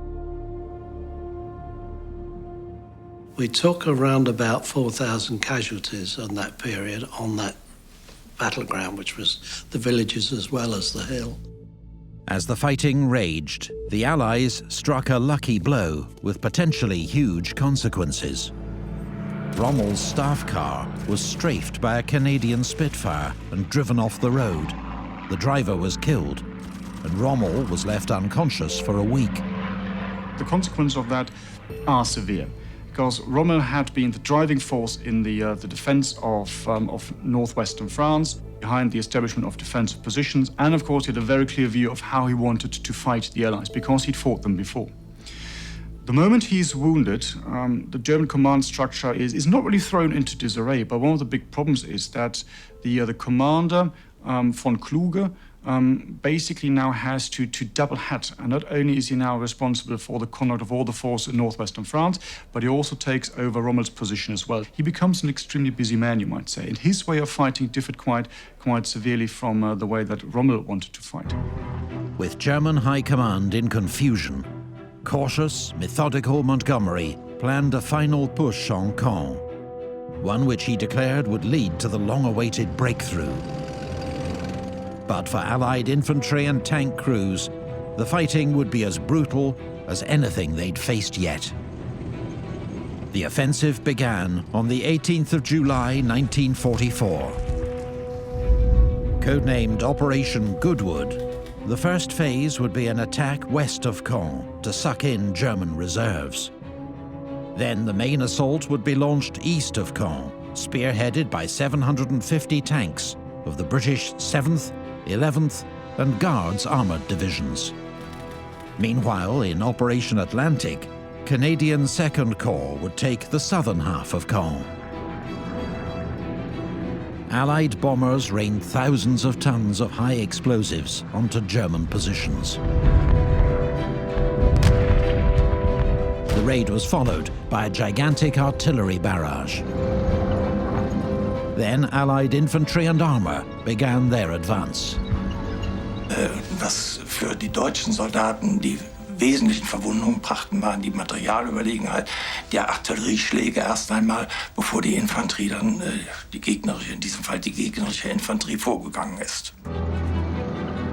At first, there was rapid progress through shattered villages and cratered fields, as German soldiers, dazed by the bombardment, gave themselves up. But then, from camouflaged positions, the feared German 88s opened up, picking off British tanks one by one.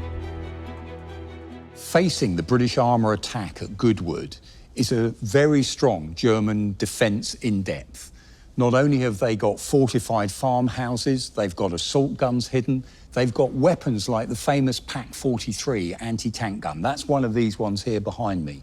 It's an 88mm gun, and it can fire a solid shot armour-piercing round that would penetrate one of the British Sherman tanks out to about 2.5 kilometres away. So you have the situation that British tanks are being knocked out and they can't even see the enemy that is firing at them. This exceptionally powerful anti-tank gun had been designed to take on Allied bombers. They were the ones that we always feared, the 88s. They could be used, the 88s, even at anti-aircraft guns. They were an all dual-purpose gun. They could fire tanks against tanks and aircraft.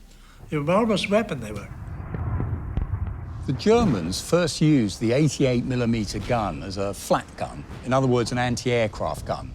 And the idea there is they're firing rounds, such as this one here, to an enormous height to try and knock down a bomber, something up to about 20,000 feet. Now, when in the 1940 campaign, Rommel says to some flat gunners, aim your guns not in the air, but down at some approaching British tanks, and then the gun becomes a really effective anti-tank gun. The 88, you would not hear it till it would explode, and then you'd hear the sound of it coming. That's how fast it was. That's the one I told you was unbelievable, that 88. The ones that knocked our tanks out just like heck. By the end of the day, the British had advanced 3 miles, while the Canadian 2nd and 3rd Divisions encircled Caen and completed its capture the following morning. At long last, Caen was in Allied hands. But Montgomery also wanted the heavily defended ridgelines south of the city as a springboard for his breakout from Normandy. For 2 days, British and Canadian tanks and infantry struggled to advance in the face of heavy machine gun and anti-tank fire. Neither envied the other's situation. I never wanted to be in the tanks, and the guy in the tank never wanted to be the infantryman either, because he looked and saw us with no protection.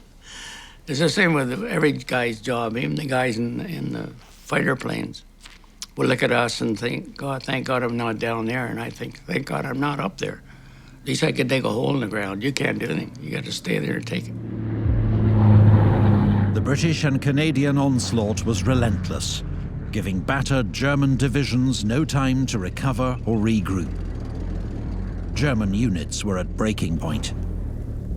Divisions moved to the rear for much-needed rest suddenly found themselves thrown back into the front line to fend off the latest Allied attack.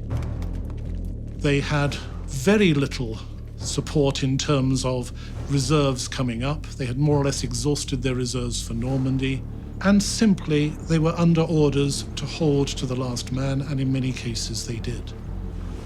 This was a combination of extreme bravery and just the nature of young men put in a situation in which if you retreat, your own side will shoot you, and if you don't, the other side will shoot you. It's an appalling situation, and it was due to Hitler's order to halt in place and face the firepower that the Allies could bring to bear against them. The 6-week Battle of Caen was won at a high price. Operation Goodwood alone cost 5,500 British and Canadian casualties and more than 300 tanks. The German army also suffered heavy losses, but incomplete records mean the true number will never be known. The bodies would be picked up by the medical people, you know, afterwards. The smell, the stench, that was the Battle of Caen. That's what you experienced, that's what you seen, that's what you looked at. German bodies, Canadian bodies, British bodies, everything was right there to look at, amongst the pigs and the horses and the cows and everything else. That's war. That's war. That's what Caen was like. As many as 20,000 French civilians also lost their lives during the Normandy campaign, most in Allied bombing raids. Their villages, awful, they're totally destroyed. And there's no reason really why the people who live in Normandy should be particularly grateful. And we destroyed their countryside. Caen, their big city, Villers-Bocage, we destroyed them all. The RAF smashed Caen, which really wasn't strictly necessary, and we could see it happening. The capture of Caen did not lead to the dramatic breakout Montgomery had promised. The British and Canadians were still penned in by the heavily defended ridges south of the city, and Operation Overlord, the Allied invasion of Europe, was way behind schedule. The war might be moving in the Allies' favour, but 7 weeks on from D-Day, their forces were still bottled up in Normandy. They had to find a way to break out and get the so-called Second Front moving, or risk becoming a sideshow to the Red Army's great offensive in the east. But any advance inland was going to be difficult for the Allies. Once the Germans had realized that D-Day was the main landing and there would not be a second landing, the Germans had moved reinforcements into that particular part of France, and on paper, the German forces look particularly strong. So they have 7 tank divisions. They have a very large concentration of Waffen-SS divisions, which by that stage, most of them can be seen as elite forces with very heavy equipment. So on paper, a very, very strong force.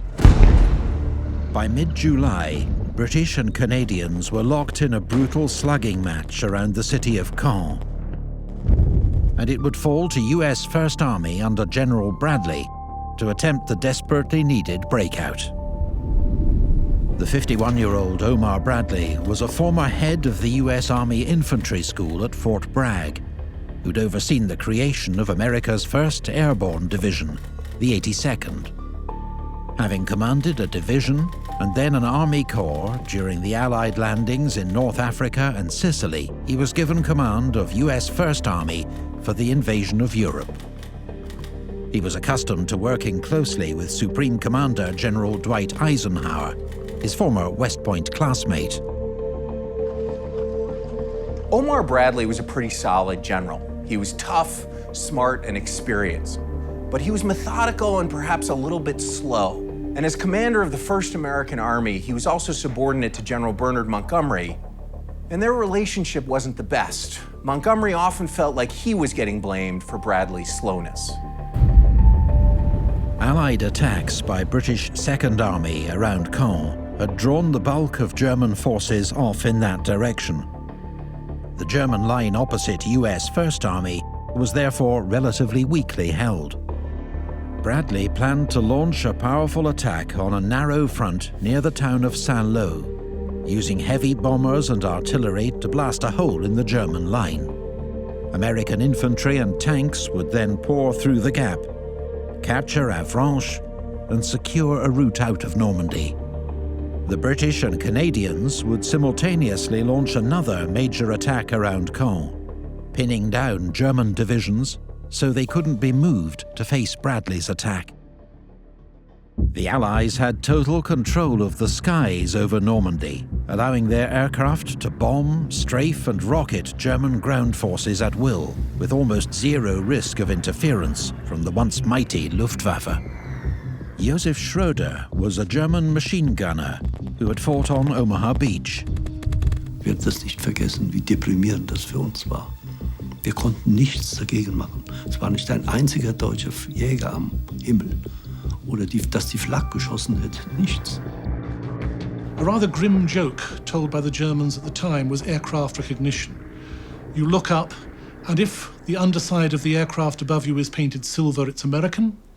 If it's painted black, it's British. And if it doesn't show up at all, it's German. The Allies might have complete control of the skies, but on the ground, the terrain favoured the Germans, who were now entrenched in Normandy's Bocage landscape. Bocage country was made up of small fields, about 100 or 200 metres square, bounded by earth banks with hedges on top. Cecil Newton was a tank gunner who came ashore on D-Day. The terrain of the Bocage, no one knew about it beforehand. No one knew about the deep lanes, the high hedges. Hadn't got a clue, and it came as a great shock.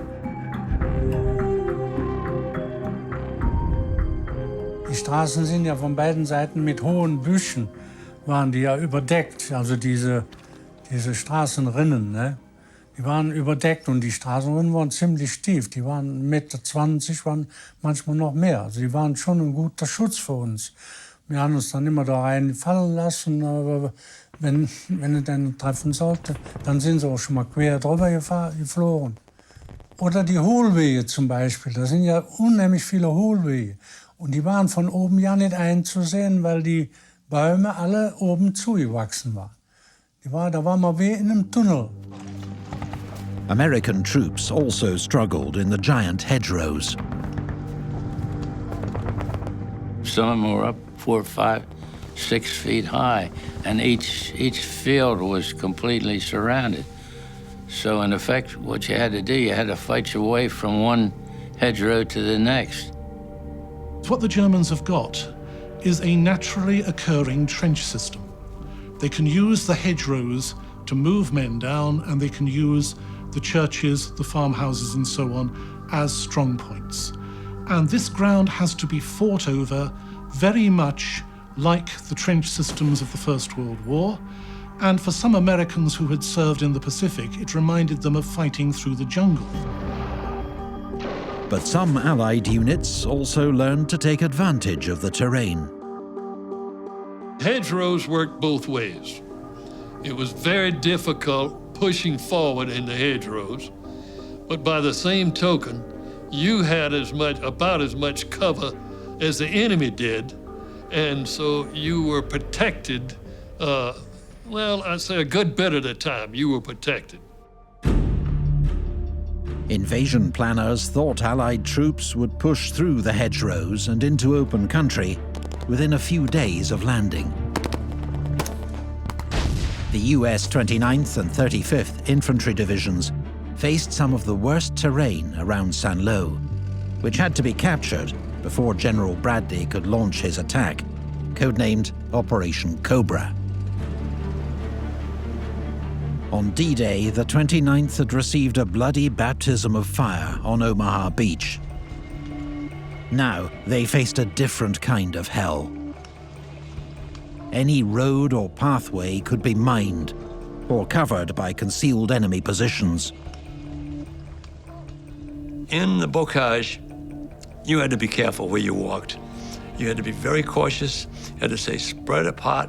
As an infantryman, you had to use great judgment. The Americans would have to improvise ways to break through the dense hedgerows.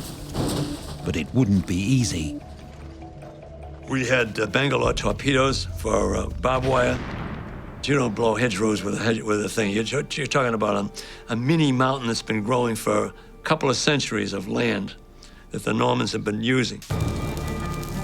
So, in US Armored Division workshops, engineers began using the thousands of leftover German beach obstacles to weld crude steel tusks to their tanks. The Americans nicknamed them rhinos. It kind of looked like a lawn rake, upside down. Of course, it weighed probably a ton. With their modified tanks leading the charge, American troops began fighting their way through the hedgerows towards Seulles. But constant German ambushes inflicted a huge toll on frontline units. We lay on June the 6th. On June the 9th, we were supposed to take St. Lo. It took 6 weeks to take St. Lo, fighting through all those hedgerows. Und wir haben versucht, so viel als möglich, ich will mal sagen, Krach zu machen, mit unseren Möglichkeiten, mit unseren Waffen. Wenn wir dann genug geschossen hatten, dann haben wir uns an dieser Stelle 50 oder 100 Meter zur nächsten Hecke, die ja immer lebensrettend waren für uns, die Hecken, sonst hätten wir dort überhaupt nicht überstanden. Dann haben wir uns wieder 50, 100 Meter zurückversetzt und die Amerikaner haben nun alles erstmal auf diesen Punkt gerichtet, wo wir vorher uns verteidigt haben. Und wir saßen dann 200, 300 Meter zurück. During July, in a 2-week struggle to reach Seulles, US 19th Corps suffered 11,000 casualties and advanced just 5 miles. And we went into another field that the Germans had been dropping mortar shells in. That's when I saw my colonel, Colonel Terry. He just kept on walking, and then he was hit by a sniper, and he hit the ground. His helmet flew off, and he was dead. And about 20 minutes later, a half hour, I guess, I was hit by a piece of shrapnel from a mortar shell, and I was on my way back to England, too.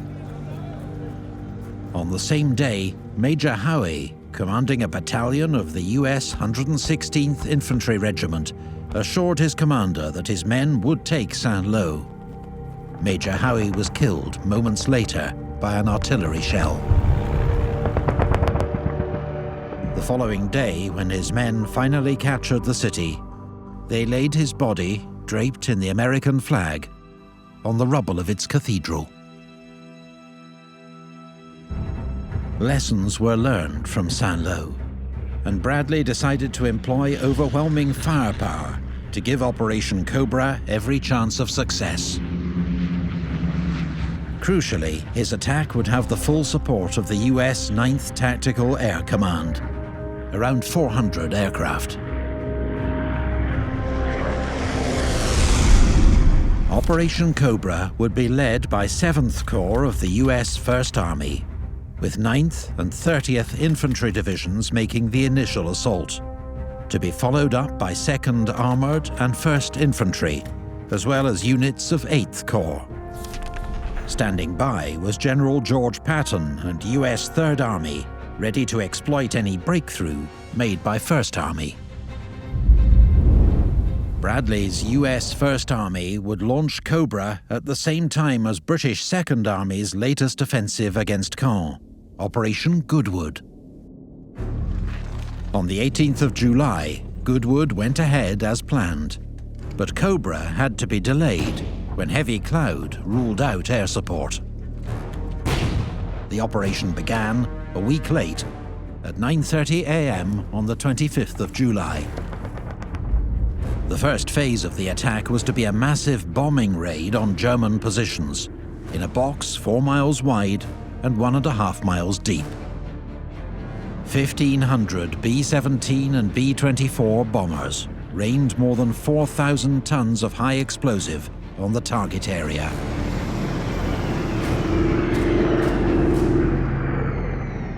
There were so many bombers there that it was like a conveyor belt. And as far as you could see from here, directly overhead, for as far as I could see with my binoculars, just bombers. The elite Panzer Lehr division caught the brunt of the bombing, losing around 1,000 men, a third of its total strength. The frontline troops who were really hit hard by these bombs, to use a First World War expression, they're completely shell-shocked and they're basically not able to function anymore. So it has a huge impact on the morale of these particular people. Das ist eine Hölle. Das ist wie eine Hölle. Da bleiben sie still liegen und warten.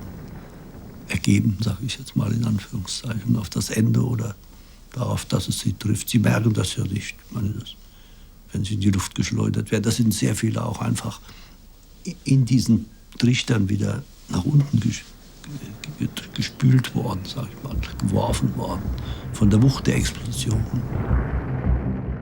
It was one of the most devastating ground support missions of the war. But not all bombs hit the right target. The winds had shifted. They were supposed to only drop their bombs into the markers that put off smoke in different colors, but they couldn't see them, and they were bombing our own men. Quite a few of the bombs fell short. Indeed, 100 Americans were killed straight away. And one of these was General Leslie McNair, the most senior American ground commander to actually be killed during World War II. Despite the friendly fire casualties, the bombers had done their job.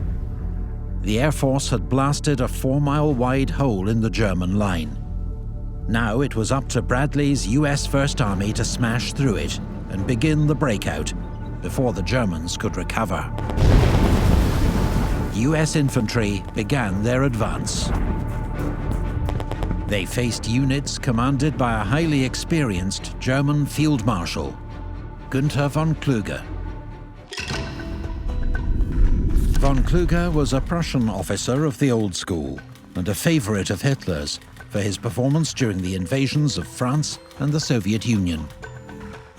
In early July, he was appointed commander-in-chief in the West after Hitler sacked von Rundstedt, and he became commander of Army Group B as well when Field Marshal Rommel was injured in an Allied air attack. Hitler was counting on von Kluge for a miracle, but the veteran commander had bad news for the Führer. He writes to Hitler almost immediately, saying exactly what von Rundstedt and Rommel had told Hitler a month before, that they're reaching the point at which they just can't hold the line. They're being worn out. They're running out of ammunition, they're running out of men. Von Kluge was relying on 7th Army to deal with any American attack, but some of its units had been in almost constant combat since D-Day and were under strength and exhausted. All units were short of fuel and ammunition. Panzer Lehr Division, which had arrived in Normandy 6 weeks ago with more than 200 tanks, now had 31 left. But Panzer Lehr and the 2nd SS Panzer Division, Das Reich, were elite units and dangerous opponents in any circumstances. To add to von Kluge's problems, the devastating US air raid, followed by an intense artillery bombardment, made it almost impossible for him to communicate with forward units, or to find out what was happening at the front. By comparison, US forces brought cutting-edge technology to the battlefield that made their command and control significantly more effective. This piece of American technology revolutionized battlefield communications. Unlike other armies which were still using radio sets with big long aerials which pointed directly to the radio operators and gave positions away, American commanders could now carry their own radios and be in direct contact with other units. The Germans, on the other hand, were still using First War technology. They'd failed to come up with a decent wireless technology before the Second World War. They were pretty much using field telephone sets with cables run out to all their command posts and headquarters. And of course, when the American aerial barrage started and the artillery started blasting their positions, those telephone cables were very quickly cut, and very soon they were out of contact with each other and weren't able to command their troops in the field. And what's more, Allied forces were able to use radio communications to coordinate between ground and air forces. This all started at St. Lo, when the Air Force bombed us at St. Lo twice. They had no control with the aircraft. They finally come up with air-ground control. And they formed the 9th Air Force, and the P-47s were designated to support the infantry. The Thunderbolt, I think it had 8 50 caliber machine guns in the wings, 8 of them. Big sucker, I mean, a real heavy-duty thing. And that was assigned mainly to the infantry.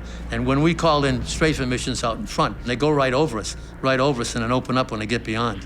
Or they'd come in parallel with the front line. But the new system did have its teething problems. The American tanks had their own radios, but they were on a different frequency than the fighter bombers flying overhead.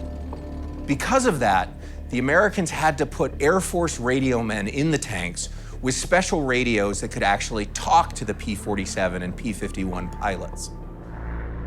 On the first day of Operation Cobra, US 7th Corps' progress was disappointing, just a mile and a half. But the next morning, General Bradley committed Sherman tanks of the 2nd and 3rd Armoured Divisions to the attack. Reports began to come in that past the front line, American troops were encountering only sporadic resistance. On the morning of the 3rd day, Commander of the 30th Infantry Division, General Hobbs, reported, "This thing has busted wide open." That same day, American troops had reached Coutances, Cerisy-la-Salle, and Villebaudon, and threatened to cut off half of German 7th Army in a pocket around Rancé.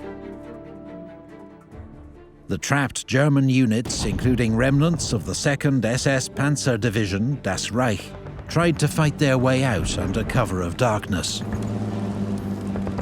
They ran straight into US 2nd Armoured, and after a night of furious, chaotic fighting, their columns were left decimated. Few managed to break through. In the face of the overwhelming US onslaught on the ground and from the air, German 7th Army began to collapse. Erst als nach diesen Bombardements der Durchbruch gelang und die Alliierten dann bis auf Orange vorstießen, haben wir geahnt, dass das also hier oben, dass wir hier nicht mehr lange bleiben würden. Ich habe an diesem Vorstoß gegen Avranches teilgenommen, der wurde abgebrochen. Germans began to surrender in droves, 7,000 in a single day.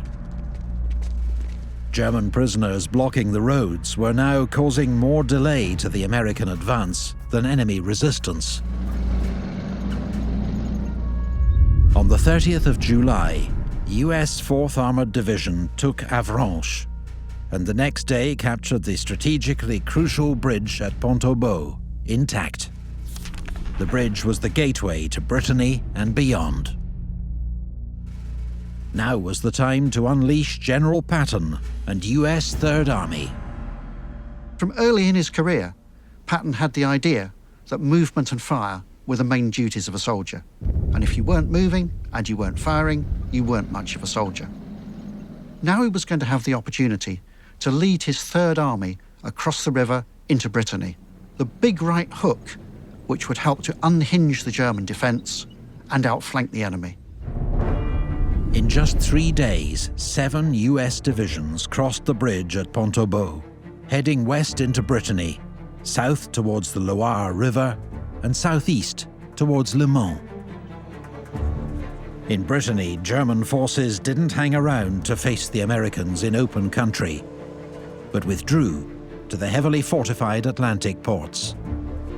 Their heavy coastal guns, so well protected they were virtually immune to artillery and air attack, kept US forces at bay for weeks. While US infantry encircled the ports, Patton's armoured divisions were free to resume their advance across the French countryside at astonishing speed. Key to the Americans' rapid advance was the use of mechanised forces. This is one of the American half-tracks that were made in the Second World War. Just before the war began, the Americans had been experimenting, knowing that they were going to mechanise their army if a war came. And just before the war begins, they take the M2 front of a scout car and add it to a longer body with tracks on. Many different companies end up making variants of this half-track. And they get to the point that by the end of the war, the Americans have made 55,000 half-tracks like this.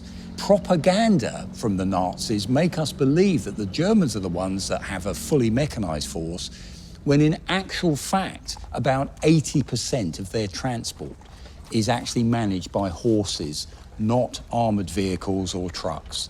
They have 11 million horses in service, and that's how they actually get an awful lot of their supplies and men around the battlefield. And that contrast just shows the ability of the Americans to turn on a tap with their car and automotive industry to produce so many of these amazingly reliable, simple and effective vehicles. Operation Cobra had been a complete success. Finally, after nearly 2 months pinned down in the Normandy Bocage, the Allies were on the move. Hitler was furious when he received news of the American breakout. 10 days before, on the 20th of July, he'd narrowly survived an assassination attempt when a bomb exploded at his headquarters in East Prussia. 4 soldiers had been killed, but the Führer escaped serious injury. Here he can be seen visiting some of the men seriously wounded by the blast. His would-be assassins turned out to be army officers. By the Battle of Normandy, most German generals, including Rommel, knew that the war was lost, and they were looking desperately for some way to preserve Germany and their own militaristic life with the German army. Hitler's fraught relationship with his generals sank to an all-time low. A substantial number of them had been involved in the bomb plot, and so Hitler not only distrusted them, but began purging large swaths of the German high command. Even Field Marshal Rommel, Hitler's favorite general, was implicated in the plot. He receives a visit by 2 German generals who take him in a car and put it to him that now might be a good idea to commit suicide, because if he didn't do that, he'd be taken to Berlin, would be interrogated, and we all know what that means. So he decides to commit suicide in the car as he's driving along with these 2 generals. One of the effects of the purge that Hitler carried out after the July bomb plot was that it substantially reduced the number of experienced and effective generals he had to use on the Western Front. And so not only was Hitler micromanaging the military operations, he was also finding it hard to find someone who could command them effectively. For weeks, German commanders in France, first von Rundstedt and Rommel, now von Kluge, had pleaded with Hitler for permission to withdraw from Normandy to a new defensive line along the Seine River. Now it was the only realistic option left, but to Field Marshal von Kluge's horror, Hitler instead ordered a counterattack. Hitler told von Kluge to gather the last few Panzer divisions in Normandy and attack from Mortain towards the coast at Avranches, to cut off Patton's Third Army to the south. The counterattack was codenamed Lüttich. But the Allies knew it was coming, thanks to their ability to decode German military communications sent using their famous Enigma machine, a top-secret intelligence source known as Ultra. But this time, warning of the German counterattack, led by 150 tanks and elite units of the Waffen-SS, didn't reach American frontline units until the last minute. In desperate fighting around Mortain, a battalion of the US 30th Infantry Division, dug into Hill 314, was surrounded. Despite heavy losses, they held their ground, using their vantage point to call in artillery and airstrikes on the German armour.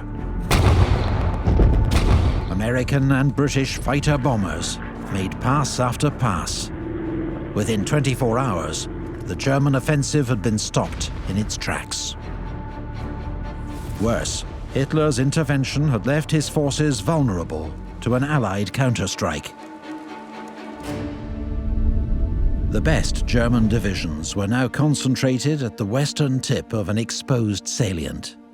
Montgomery saw the potential for a huge envelopment of German forces in Normandy. Patton, advancing rapidly towards Chartres and Orléans, was ordered to divert one corps north to Argenton, while the newly formed Canadian First Army would push south towards high ground overlooking the town of Falaise. The advance, codenamed Operation Totalize, was to be led by Major General Guy Simonds' Canadian Second Corps, made up of Canadian, British and Polish forces. Their first obstacle was the formidable Verrières Ridge, where 2 previous attempts to break through had already failed, at a cost of nearly 3,000 casualties. Simonds planned an aerial bombardment to prepare the way for a mechanized assault. But with a shortage of armored personnel carriers, the dilemma was how to protect the infantry. One of the problems the Allies faced early in the Normandy campaign was when the tanks advanced, they sometimes lost contact with the infantry. So the Canadian commander came up with a brilliant suggestion. Let's take some redundant self-propelled artillery, basically artillery pieces on a tank chassis, take the guns out, plate over the front, and we'll make a heavily armoured personnel carrier. And they used that for the first time as part of Operation Totalize, having a section of infantry in a tracked armoured vehicle that can keep up with the tanks going forward. And that leads to the innovation of taking redundant tanks, such as this ram tank, the turret is taken off, and a section of 8 infantry could be carried in here with 2 crew members in the front as well. And that means they've got a level of protection as they go forward into battle that other soldiers just don't have. Ian Hamilton from Kent was a tank commander and fought from D-Day to the end of the war. Operation Totalize was pushed out to take place at night. There would be an RAF night bomber Lancaster bombing raid on the German lines first. That would be followed by all the Allied ground artillery following up with a huge barrage, and then we went in at night at around about 11 o'clock. It was pitch black. It was a pitch black night. As the bombardment was lifted, the mechanized columns moved forward, feeling their way to their objectives through the darkness. The attack was going to be all on tracks, tanks, and the infantry would come later. It was arranged for 4 lines of tanks, led by flails in case we came across minefields, and to help us on our way, a Bofors anti-aircraft gun would fire bursts of 5 rounds of tracer, so it gave him his direction. Thanks to careful planning, the Canadian night attack was a success, and Verrières Ridge was in Allied hands by noon. Tanks were then sent forward to exploit the breakthrough. In the lead, the Canadian 4th Armoured and Polish 1st Armoured Divisions. As the battle became more confused, friendly fire once more became a serious hazard, as Allied aircraft hit friend and foe alike. So I looked up, here they're coming, a whole gang of them. I said, boy, so I just took my helmet off, and I give them hell, boys. And then I clapped the helmet back on fast because the bomb door's open, and here's the bomb's whistle coming down. I looked over, there was a little German slit trench that the German had dug, and I dove in there like a rabbit. The The largest number of casualties from this friendly fire was from the 1st Polish Armoured Division.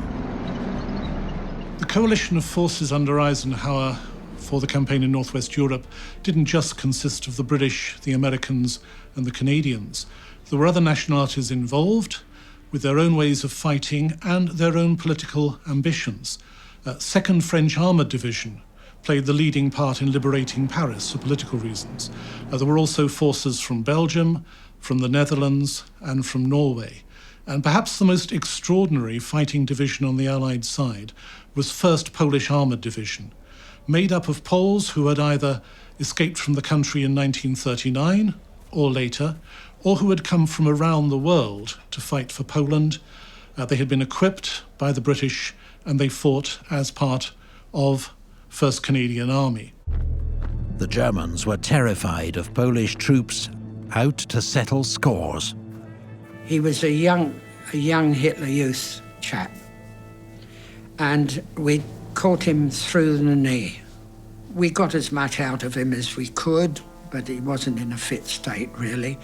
So I thought he needs some medical attention, and the Polish Armoured Division were just about to move through us for the next phase of the attack.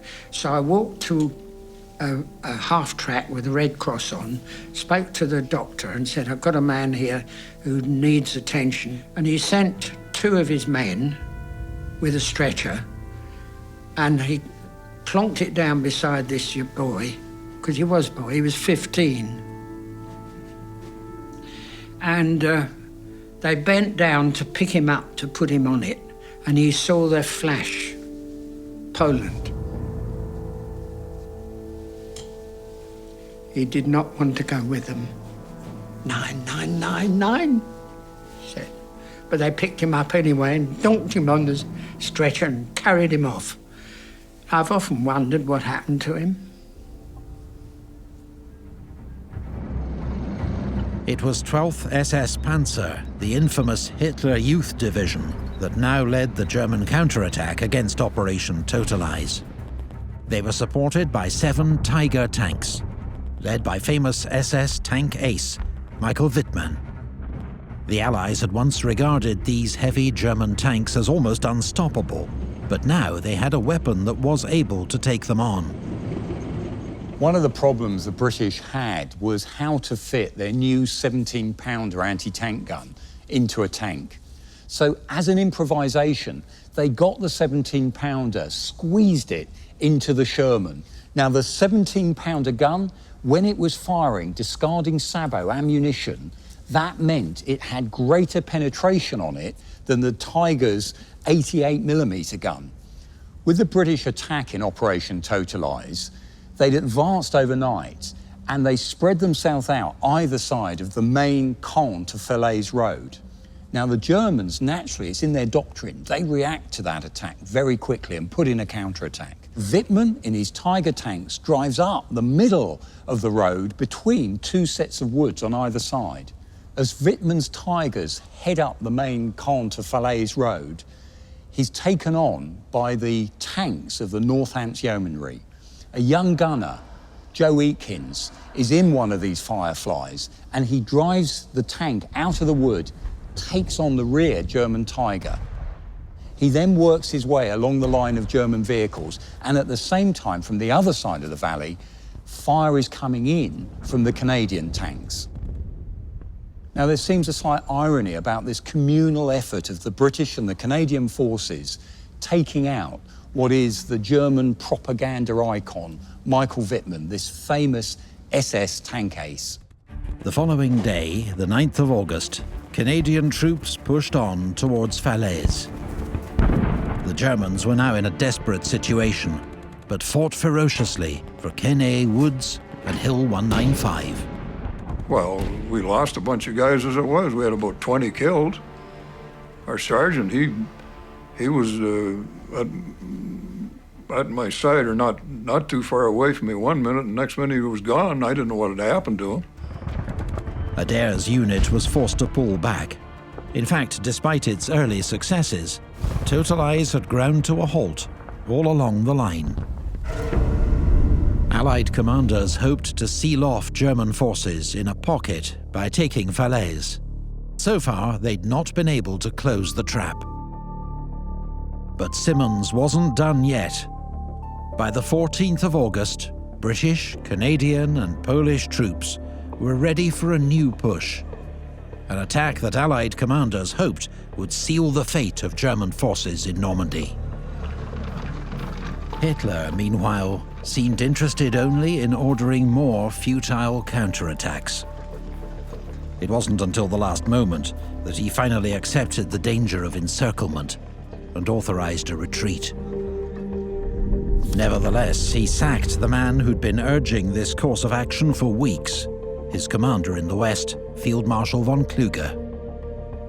Convinced that Kluge had failed him, and also that the reason for Kluge's absence from his headquarters might have been that he was negotiating with the Allies, Hitler summoned him back to Berlin. Kluge knew he was doomed.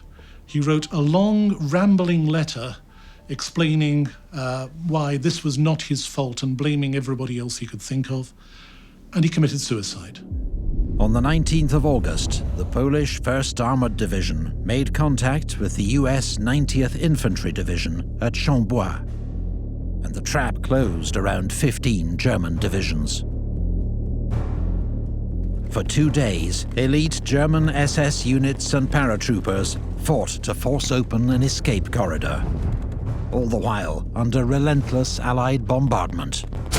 It's terrible. You can't, there's no way of describing it, especially at Falaise there. That noise and that, all those gunfire, that steady roar all the time, and you're trying to, you couldn't hear commands. You just followed and hoped you were going in the right direction. RAF Typhoons flew sortie after sortie, wreaking havoc on the cornered German forces.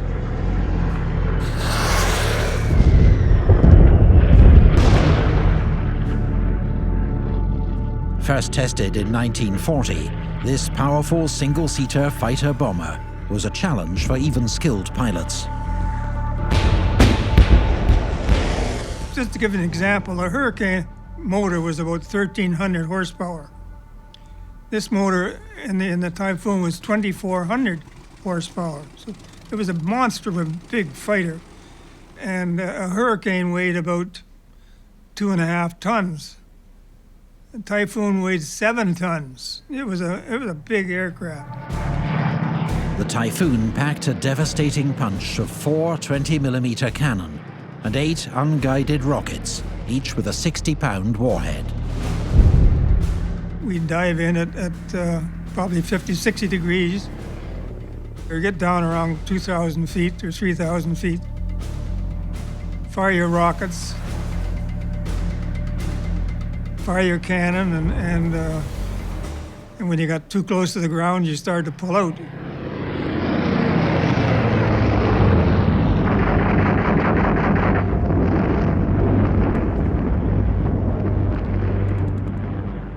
On the 21st of August, the Allies closed off the last escape route.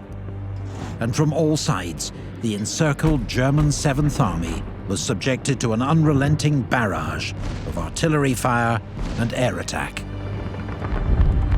For German soldiers, the Falaise pocket became hell on earth. Thousands were killed. The survivors, 50,000 of them, surrendered. Soldiers on both sides were sickened by the slaughter. I want to go home. Home, he kept saying home, home. I knew what he was thinking, same thing I was thinking. Let's get this damn thing over and get back home. See? We would give them cigarettes and water or wherever they wanted. We didn't have any animosity towards them. We did a little bit of looting, taking their watches and money or whatever they had. We thought that was all right. We didn't see anything wrong with that. But we respected those guys because they did what they had to do. When it was over, they were just as glad it was over, and we were glad that they were quitting too. Those who surrendered left behind the bodies of 10,000 comrades, as well as hundreds of abandoned vehicles and guns, and thousands of horses used as transport by an army that had run out of fuel. Awful chaos for all the Germans. I mean, they had numbers of equipment and dead people all over the place, vehicles wrecked. If we felt any pity for the Germans, we felt it then, because they were it was like a slaughterhouse. When you got to the Falaise Gap, you started to feel very sorry for them, because they'd been trapped by silly orders from Hitler, and you began to feel, I mean, the most terrible thing. But I mean, there were some very fanatical soldiers, and you knew they would show no mercy. When Allied Supreme Commander General Dwight Eisenhower visited the battlefield, he described it as unquestionably one of the greatest killing fields of any of the war areas. It was possible to walk for hundreds of yards at a time, stepping on nothing but dead and decaying flesh. There was more bad news for Hitler. At the height of the Battle of Falaise, the Allies landed 150,000 troops in southern France in a huge amphibious operation codenamed Dragoon. The strategic result of the breakout toward Falaise and then Paris, and the landing of American forces in southern France in Operation Dragoon, was to completely destroy any German hopes of holding on to France. As a result, what was really going on was a rout. German forces were simply trying to get eastward as fast as possible to a place where they could set up any kind of defensive line. As the Falaise pocket collapsed, Patton's units were already establishing bridgeheads across what German commanders hoped would be their next defensive line, the Seine River. Patton's main problem was no longer German resistance, it was keeping his forward units supplied with fuel. Across France, Allied troops were now advancing faster than the Germans had with their blitzkrieg invasion of 1940, liberating more villages and towns every day. The French population were beside themselves with love, kindness, kisses, wine, booze, oranges. They had a nasty habit, didn't mean nasty, of throwing fruit at us. And there were a lot of tank crews with black eyes from apples and the all meant very well. And screaming, loving it, singing the Marseillaise, singing Hallelujah, God Save the King, anything that they could think of. We'd never come across it before. But the terrible destruction and suffering caused by Allied bombing left some locals with mixed feelings towards their liberators. People were so jubilant when you got there, except the French were a little bit, but we could understand that. They'd suffered heavily in the bombardment of Normandy, so I don't think they particularly liked us all that much at that stage. But then later on, they got very friendly. The French capital posed a particular challenge for Allied commanders. While not a strategic target, Paris was a political prize, and its liberation had symbolic value. Eisenhower decided to liberate Paris, but he made the critical mistake of not allowing the one French armored division under General Leclerc to lead the charge into the city. Leclerc decided to disobey orders, stole a march on the rest of his allies, and entered Paris as the leading unit of the Allied Liberation Force. As shooting broke out on the streets between French resistance and the German garrison, the German governor of Paris, General Dietrich von Choltitz, had a decision to make. Hitler had ordered him to hold Paris to the last man, and if necessary, burn the whole city down. But Choltitz didn't want to do that, and he defied Hitler and made the decision to surrender Paris rather than defending it to the death. There was, to a degree, admiration for French culture, French society, the French language. So he didn't really want to carry out this order. There's also another reason, of course, why he decided not to do that, is because just like anyone who was open and clear mind. He did realize that Germany would no longer be able to win the war. And there was just a completely scorched earth policy for no absolutely military or any other reason whatsoever. And of course, he also did realize that if he did carry out that order and was then later captured by the Allies, that would not look particularly good and reflect particularly well on his performance. So he was trying to cover his own back to a degree as well. On the 25th of August, after 4 years of Nazi occupation, Paris was liberated. There were still many German snipers behind, but our movement was onto the Champs-Élysées, just beyond the Arc de Triomphe, and we would come on German snipers in apartment buildings and had to fire at them. But also, the French weren't worried about that. They were trying to greet us and greet their countrymen who had come with General Leclerc's army. And it was a joyous occasion. The French ladies were generous with their flowers and their kisses, and we fought it off the best we could. 2 months of attritional warfare in Normandy were behind the Allies. The long-awaited breakout, which began with Operation Cobra, had triggered a collapse in the German army in France. And within days, Eisenhower would be looking at plans to push on to Germany itself. But many more hard battles lay ahead. The German army remained a formidable enemy, experienced, well-led, and now fighting to defend its homeland from invasion.